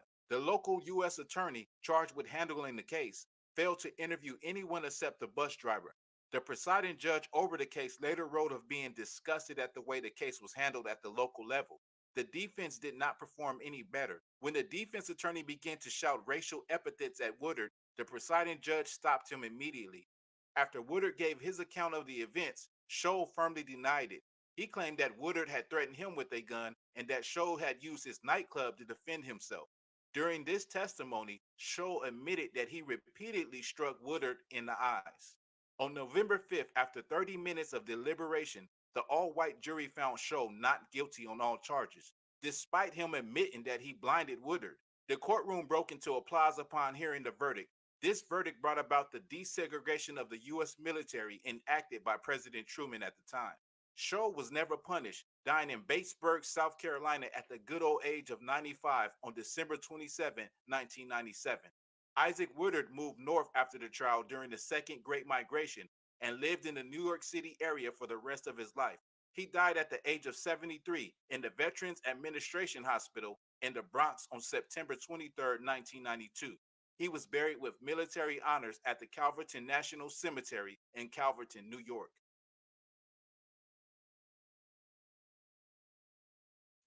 So that's the story of Isaac Woodard. For giving great service in the United States military and coming home and getting both of his eyes gouged out. You understand? That's what you have to deal with. That's what you're up against. And that's the history of Black and Hispanic people serving in the United States military. Right. It is not a badge of honor. They don't care that you served in the military. It is not something that is looked upon as though you have a special status in America, because you don't. You understand? And that brother suffered at the hands of some devils that was in law enforcement. The same as with the story I told you with the video where that brother is at that gas station and they literally walk up on him and they spray mace all in his face and they drag him out. They drag him up out of his SUV, you know what I mean, with no probable cause of why they're even doing that. And you can see he has his uniform on, and they don't give a damn about that. All they see is a Black man. All they see is a Hispanic man. And that brings me to these brothers also. You probably know a lot about this one, but these brothers right here, brothers was deported.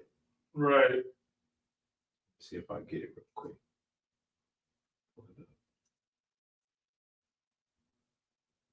These brothers deported on what was it, Veterans Day, on Memorial Day? They're deported and they're in Juarez, Mexico. Right. And they're taking this picture saluting the American flag. They served in the military. Then because of ICE, they were deported. You understand? And then they take this picture where they are, you know, saluting the flag and thinking that, you know, America will look at them and say, you know what, we need to bring those brothers back for their service, for their dedication to the flag. Well, that's not the case. You know what I mean? Anything you want to add on this side? Go ahead. Because it's just crazy, right? Because people are arguing. I done heard, you know, people say, "Oh, well, listen, they shouldn't have committed crimes just because they committed crimes and got to work." The only thing I respond is, okay, even if they did commit a crime, right? The least America could have done is let them stay in the U.S. Right. Serve their time here, and when they done serving their time, they can stay. But no, America went as far as to deport them. They deport them. And they've done more than a lot of these stinking Edomites have ever done in their life for their so-called country that they love. Right. You understand? This country is standing on the backs of Blacks, Hispanics, and Native Indians. And it's not just simply because of the service in the military that we've done. It's for the hundreds of things that we do every day in this stinking, wretched kingdom to keep this kingdom afloat and keep this kingdom moving. I'm pretty sure y'all remember when the Issacharite brothers walked up out of the warehouse and shut that thing down. Because they said, you know, we're up out of here. They walked up out of the warehouse. There's a video. They walked up out of that warehouse, and that warehouse was not moving. Wasn't nothing happening. That's the same thing that would happen if Black and brown people came together under Christ, under the understanding that we are God's chosen people, under the law, statutes, and commandments, and said, you know what? We're going to do this differently. We're walking up out of this, and we're going to come to the table and say, this is what we want. And you think that your oppressor wouldn't do it? You think that he wouldn't come and negotiate and try to figure out something? If America was to stop, if we was all to say, you know what, I'm not going to work today because money is what rules America, capitalism is what rules America, what runs America, then all of these CEOs and all of these people of these corporations would have to fall to their knees and say, what do you want? What is it? What do you need? What do you want us to do? And they will meet everything that our requirements and everything that we ask. Whether it be better wages, whether it be, you know, give us our own state, they will do it. America will do it because you Black, Hispanic, and Native Indians, you are the people that run America. Right. You probably don't feel like it. It probably doesn't look like it. It definitely doesn't look like it. It looks like the people on TV run America. It looks like celebrities run America. But in real life reality, hardcore jobs, janitors, bus drivers, gardeners, warehouse, truck drivers, you are the people that run this place. Right. Don't ever forget it. Don't ever get it twisted. You are those people. You know what I'm saying? If it ever was them, they, those, you are them. You're those people. Right. You are the ones that do this every day and keep this stinking place afloat. But you got to come back to your law, statutes, and commandments, man. You got to come back to who you are to understand the power that you got. Now, this is a picture of the sister, Vanessa Guillen. Right. Y'all know about her. She was in the military and wound up deceased. Right. Because some stinking devil joining the military filled with your oppressors, children. This is another sister, Lavinia Johnson. You know about her. You've seen it before. They found her body with blood, trails of blood, possibly raped. Somebody poured acid on her genitals to get rid of the evidence. This is what happens when you send your children to fight in your oppressor's military. This is what happens. This is just the latest one. And like Commander General Yohana brought it out, that since the Palestinian-Israel war, since the Palestinian-Israel war, these are the first casualties. These brothers and sisters, these are the first casualties since that Palestinian-Israeli, I ain't gonna say Israel, Israeli conflict. These are the first casualties. Because when it comes to Hamas, what's backing them is Iran. Powerful people in Iran. So these are the first casualties since that whole thing started. They're black people. Guess who was the first casualties in COVID-19? You can look this up. Who was affected the most? Blacks, Hispanics, and Native Indians. Right. You better get on the side of the Lord, because if you're not on the side of the Lord, everything is against you. Everything is working against you. Even your choices to join the military is working against you. Right. Working against your people. If you could give me Ecclesiasticus 26 and 28. And I'm gonna grab another video real quick. It's another video.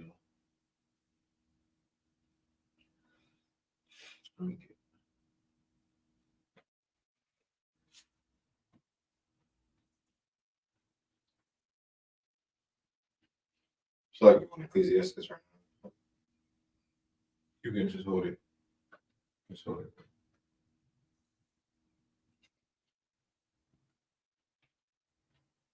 Or else the Ryan squad is gonna come. Let me just preface this by saying these are some brothers that's actually out there in Vietnam during the time, okay? And they want to know, you know, this happened before. We got names, we got places too. It's all official. We know, but the people in the States don't know. See? And the way we see it is that they get us over here away from home, and they misuse us because we can't get back home. On this rock, we can't do nothing. Tell them back. Shout out to Sheikah. When we first got here on the rock, we all broke out in our dashiki. Spent our money for them, paid for all this good stuff. And so what the brother is saying, when they first got over there, they have spent money to get dashikis. Okay, dashikis is a African custom. Okay, dashikis is those little like garments that Africans wear. It's called kente cloth, right? It has that orange and green and yellow design that you see a lot when it comes to, you know, in clothing. But they got dashikis and they could not. They told them they couldn't wear it unless they put a collar on the dashikis, right? Because the audio is a little distorted, I'm just going to explain it. So the brothers also said that when it came to wearing their afros, they told them they couldn't wear their afros. They said it was okay. There's no rule against the afros, but when they started wearing their afros, they said you got to be high and tight, meaning you got to, you know that military cut where they cut your hair real low at the top, like a little tiny flat top with a high fade. They said you got to be in high and tight. Okay. it's illegal, they say. It's against regulation. They come down hard. We have to. All right, if you don't take it off before you come in the theater, you don't get in the theater. You know, this is the way they do this thing. Well, he said if they was trying to go into the theater and they don't take the dashiki off, they can't get in the theater. They wouldn't allow them to. This is all military activities that they're doing in Vietnam. They said the afro was legal. Am I right or wrong? That's what they said. It was legal. We can sport the afro. All right. This man, there's a lot of brothers here. This man here's got an afro. This is an afro right here. Or somewhat of an afro. It's not big, no. But they want us to wear skin hair. What they call it, high and tight. High and tight. It's not my culture. Am I right or wrong? The brother said, that's not my culture. Am I right or wrong? They want me to wear my hair high and tight with a high face, small flat top, like a military cut. He said, that's not my culture. They say we can wear afros, but they want us to cut our hair down, bald on the side. I think a high and tight is kind of like a little boosie fade? Is it? I don't know. But yeah, high and tight. I know a high and tight as far as military cut because I had an Edomite teacher that had that military cut. Go ahead. It's like that haircut you see the police have. There's always a joke said about it. You get pulled over by a cop, that's that haircut, you get a ticket. It says, this nigga said, locking. BG Gaming, I'm white. Can I please make it way to heaven? I know I did wrong, but I'm sorry. BG Gaming, is you're a troll. Listen, let me tell you something, PG Gaming. You know, I can't promise you, make it into heaven. Heaven will be here on earth. What I can promise you is that if you start send all of your resources, give all your resources in it, and you go into your pocketbook, go into your bank account, and send whatever you can to the Israelite School of Universal Practical Knowledge. What I can promise you is that you'll probably have a high position on somebody's plantation. That's what I can promise you. And I'm just being honest, that's under the Lord. Like, I can't speak for the Lord, but I don't know what kind of mercy you're going to get, but you'll be better than your fellow man or your fellow race that won't admit to the crimes of their forefathers. You'll be better than them, but it's written what's going to happen. I'm just a servant of the Most High, and I can't put anything in the scriptures that ain't there. Go ahead, Malak Ma. I'll say he's in his heaven right now.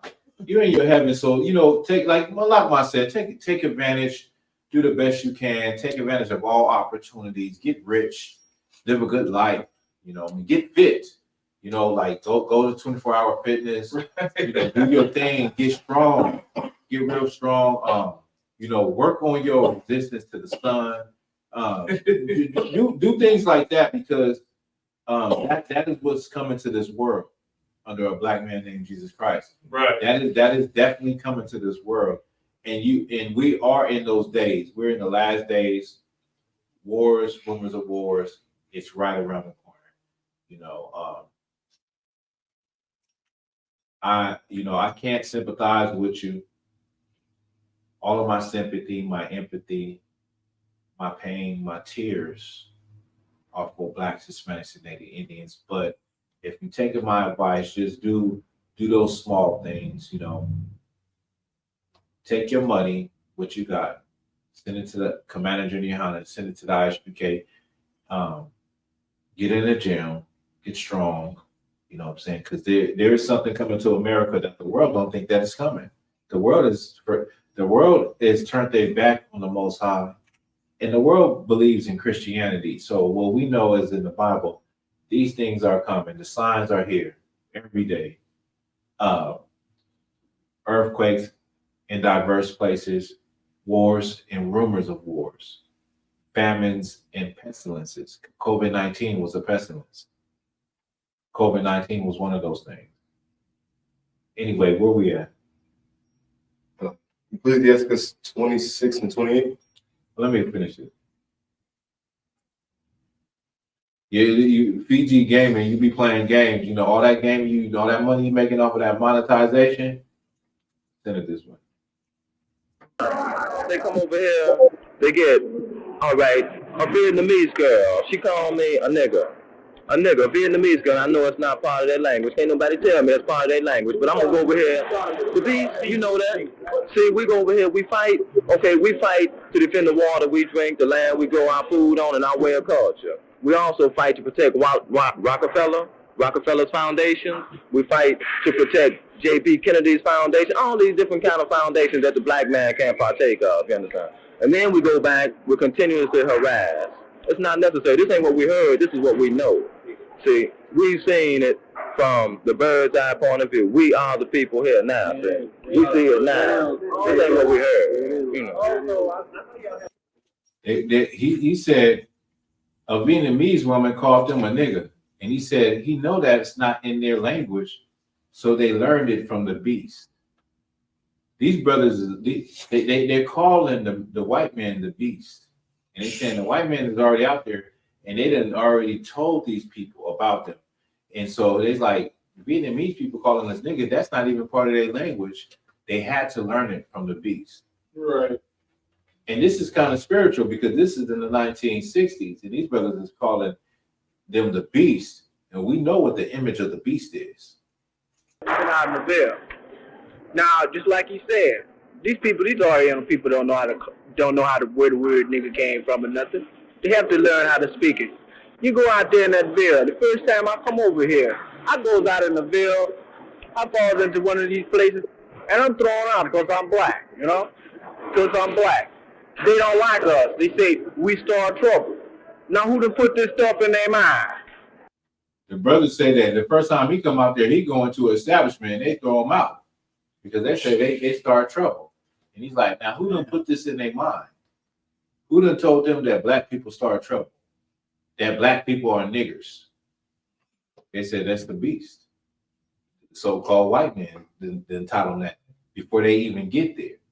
That's just something that's just a little more ammunition for you to understand that you should never send your sons and daughters into the United States military. Send them into the military of the Lord. Right. Send your sons and daughters to go help and feed blacks, Hispanics, and Native Indians. Go on the streets and first come into this troop and learn who they are, and go into the streets and teach blacks, Hispanics, and Native Indians who they are, and go and feed them and clothe them and show them some love and fight for them. Fight for them instead of fighting for your oppressor in some other damn country where the people actually don't have a problem with you. They don't have a problem with you, but you're setting yourself up for something to happen to you because you're over there doing violence to a man or a people that don't even have an issue with you. Right. You're fighting on You're fighting on the premise of another man, of his hatred or his dislike or his politics towards another person, another nation. You're just a pawn in the game. You're just a puppet that your oppressor, the puppet master, is playing. It kills me when I hear black and Hispanic people be angry at some other nation. You sit there angry at Afghanistan. You're angry at North Korea. You're so damn angry, but you're not angry at what he does to you day and night. You're not angry at the oppression that he does to you day and night. You're not angry at that. You're not angry at what he's done to all your leaders. Assassinate all your goddamn leaders. You ain't got nothing to say about that. But you're angry at, Afghanistan. You're angry at Kim Won-jan-wan, whatever his name is, in North Korea. Right. Yeah, you're angry at what's the dude in Russia? Putin. You're angry at Putin or whatever. You're just angry. You're angry at the Palestinians. You're angry at the Israelis, but you're not angry at your oppressor that has done more damage to you than any of these people in these other countries have ever done. Have hurt your forefathers and foremothers more than anyone. You need to wake the hell up. You need to open your goddamn eyes. A game is getting ran on you. And listen, you are going to lose that game if you don't wake up. Right. Okay. Give me the precept. Go.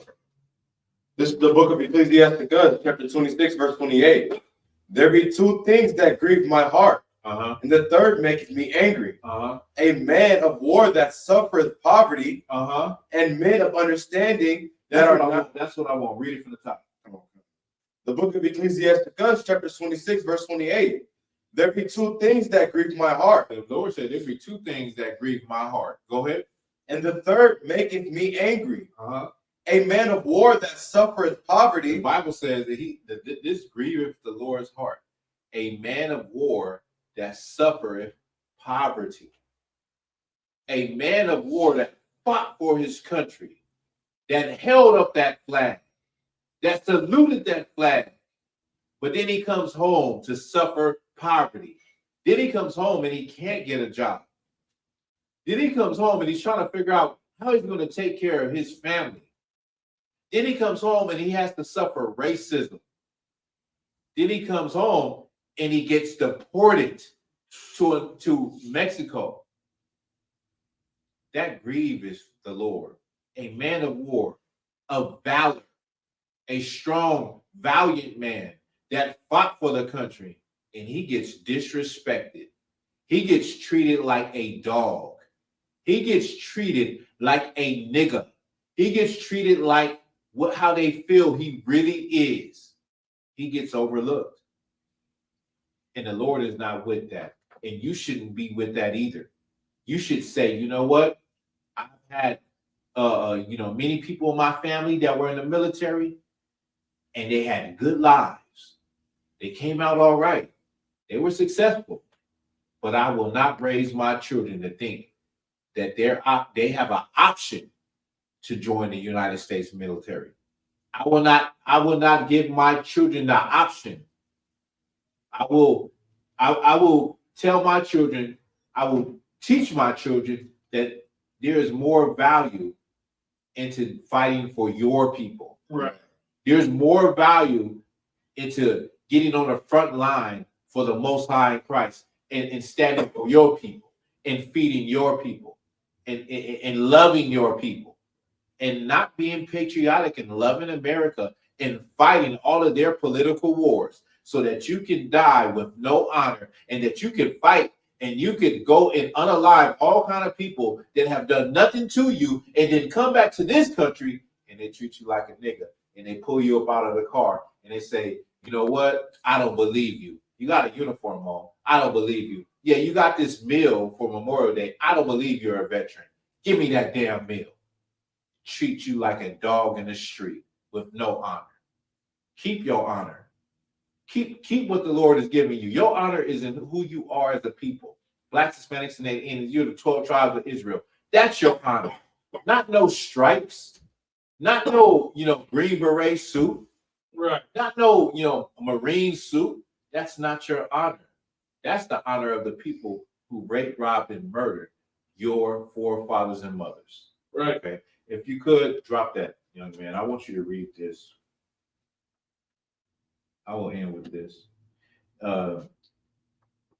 If you could, Malakma, if you could give me, I believe it's the Meek Show Inherit the Earth.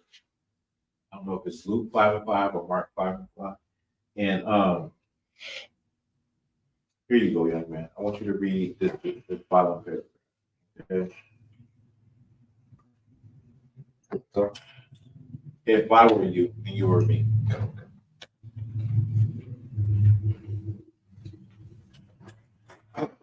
I'll call it up. Oh yeah, read the call out the title of the book. This is page 172 out of Lay My Burden Down. If you could, put the book in front of the screen and let me.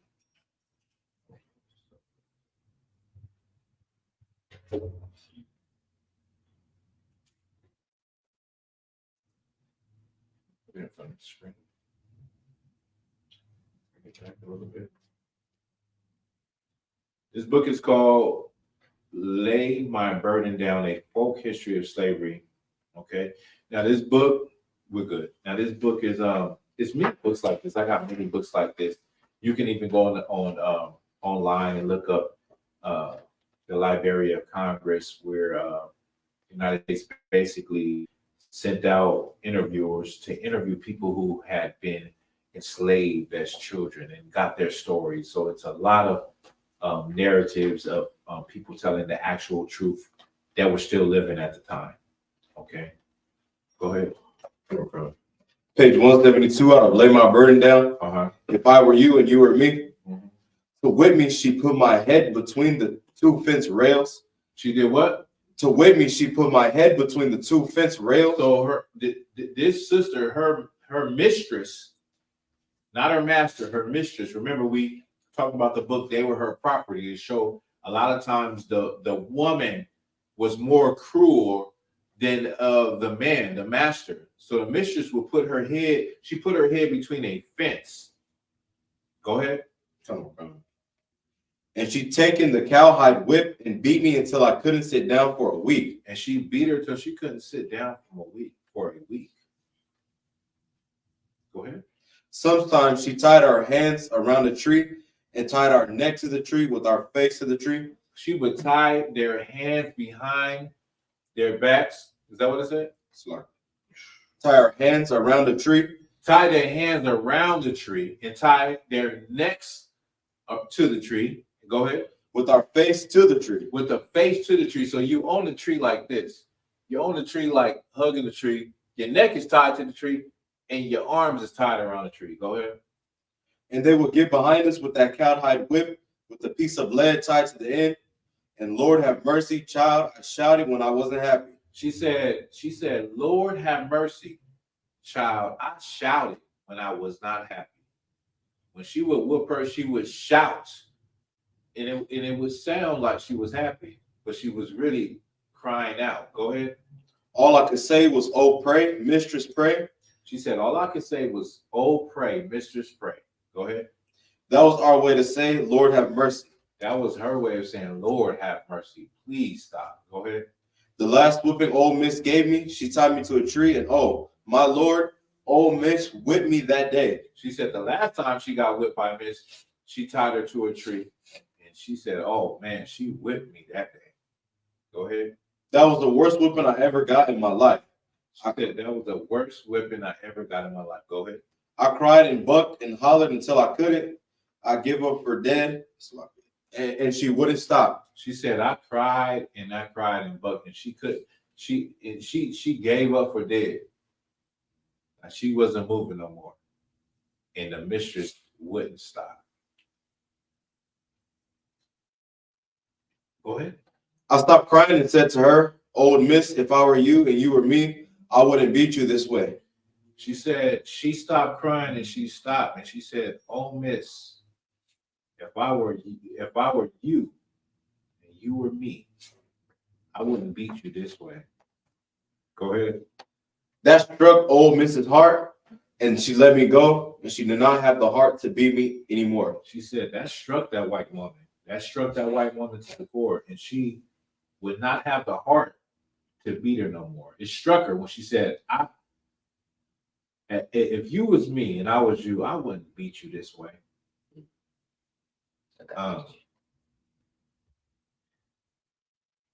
What did I ask for? So you asked for Matthew 5:5. 5:5. Matthew 5:5. Okay. Give me that. Okay. Book of Matthew, chapter 5, verse 5. Blessed are the meek, for they shall inherit the earth. What you don't understand is Blacks, Hispanics, and Indians, you are meek people. And what this sister said is that,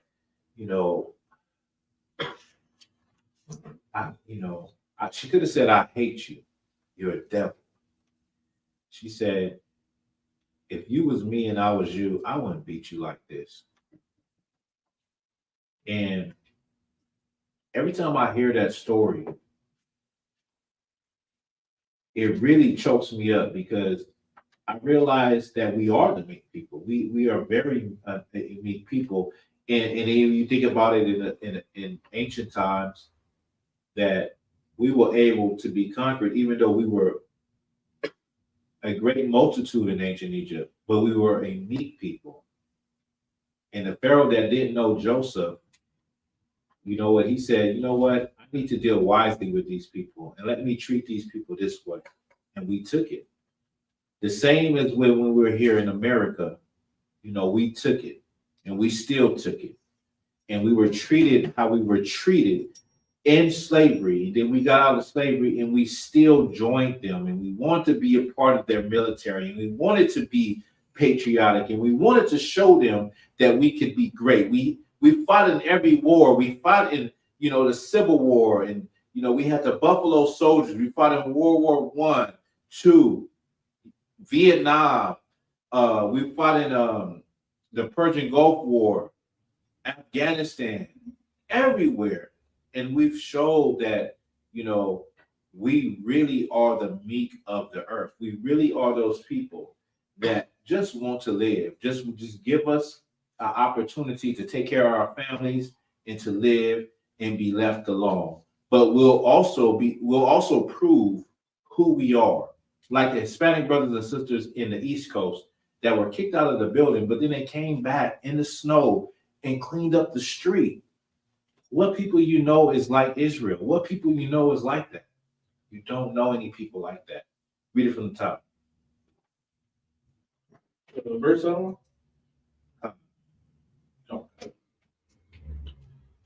Blessed are the meek, for they shall inherit the earth.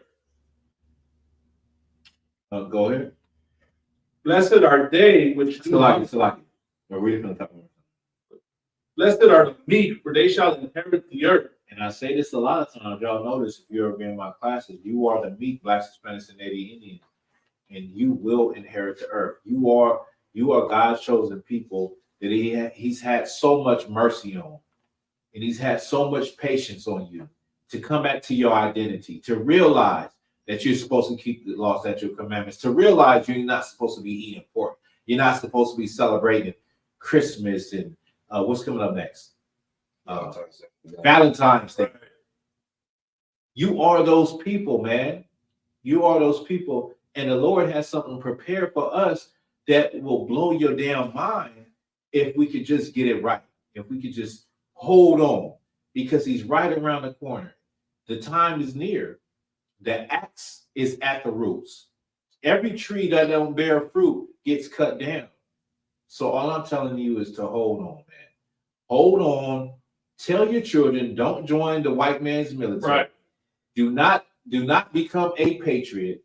And it's funny because Colin Kaepernick took a knee for the oppression of Black people and Hispanic people, or the brutality that he was seeing. He took that knee, and a lot of brothers and sisters, you said you was down with that, but then here comes Jay-Z to make a deal with the NFL,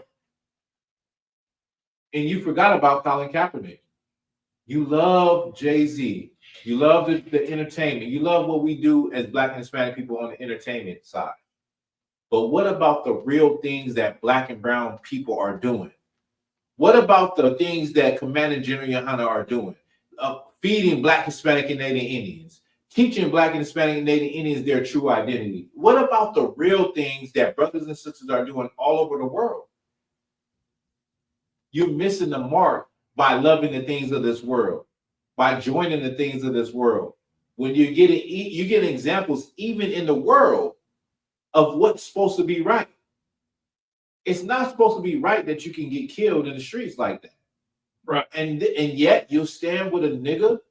So like you'll stand with someone that's an entertainer versus somebody that then throw away their whole damn career, that then took a knee and throw down their whole career.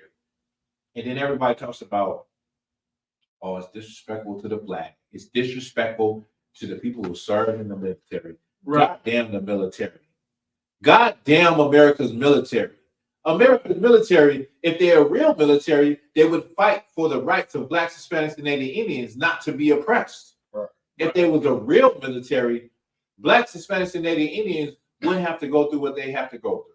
Go ahead, Malak. Like, it's heavy what you're saying. I said this to like a cat in my slavery, right? Because he's a war vet.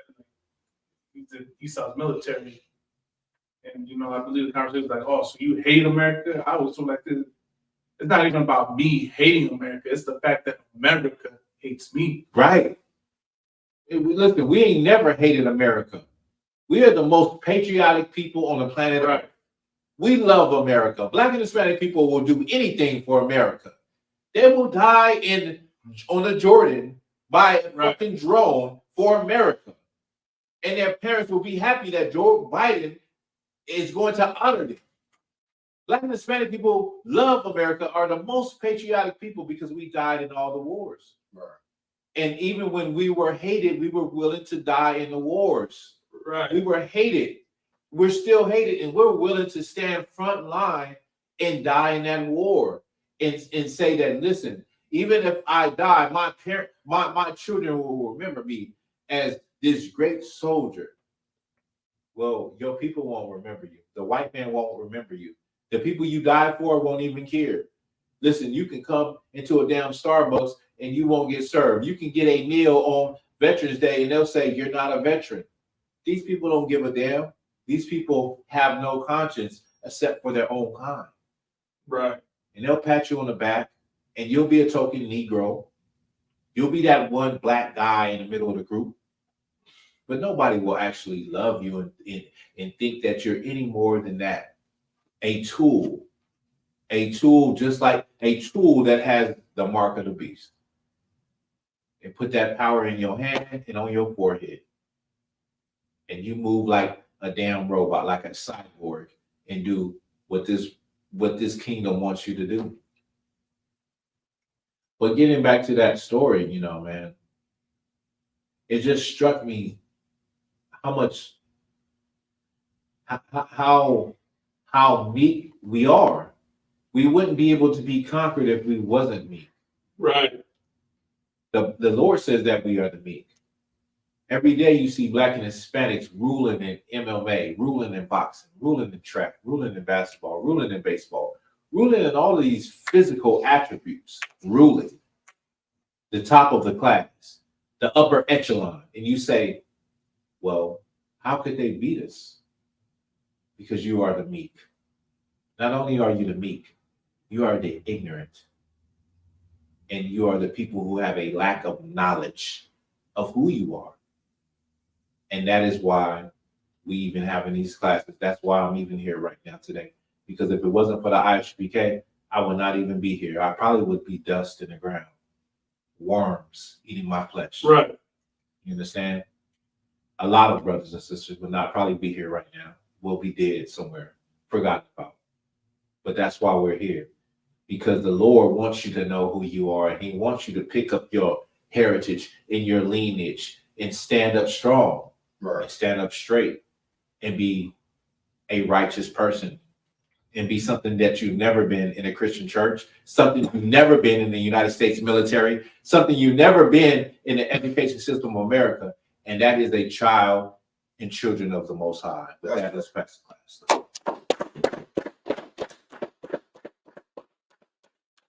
Hey, the water for y'all rocking with me. I know I went over time. Malakma, was you going to go live or anything like that?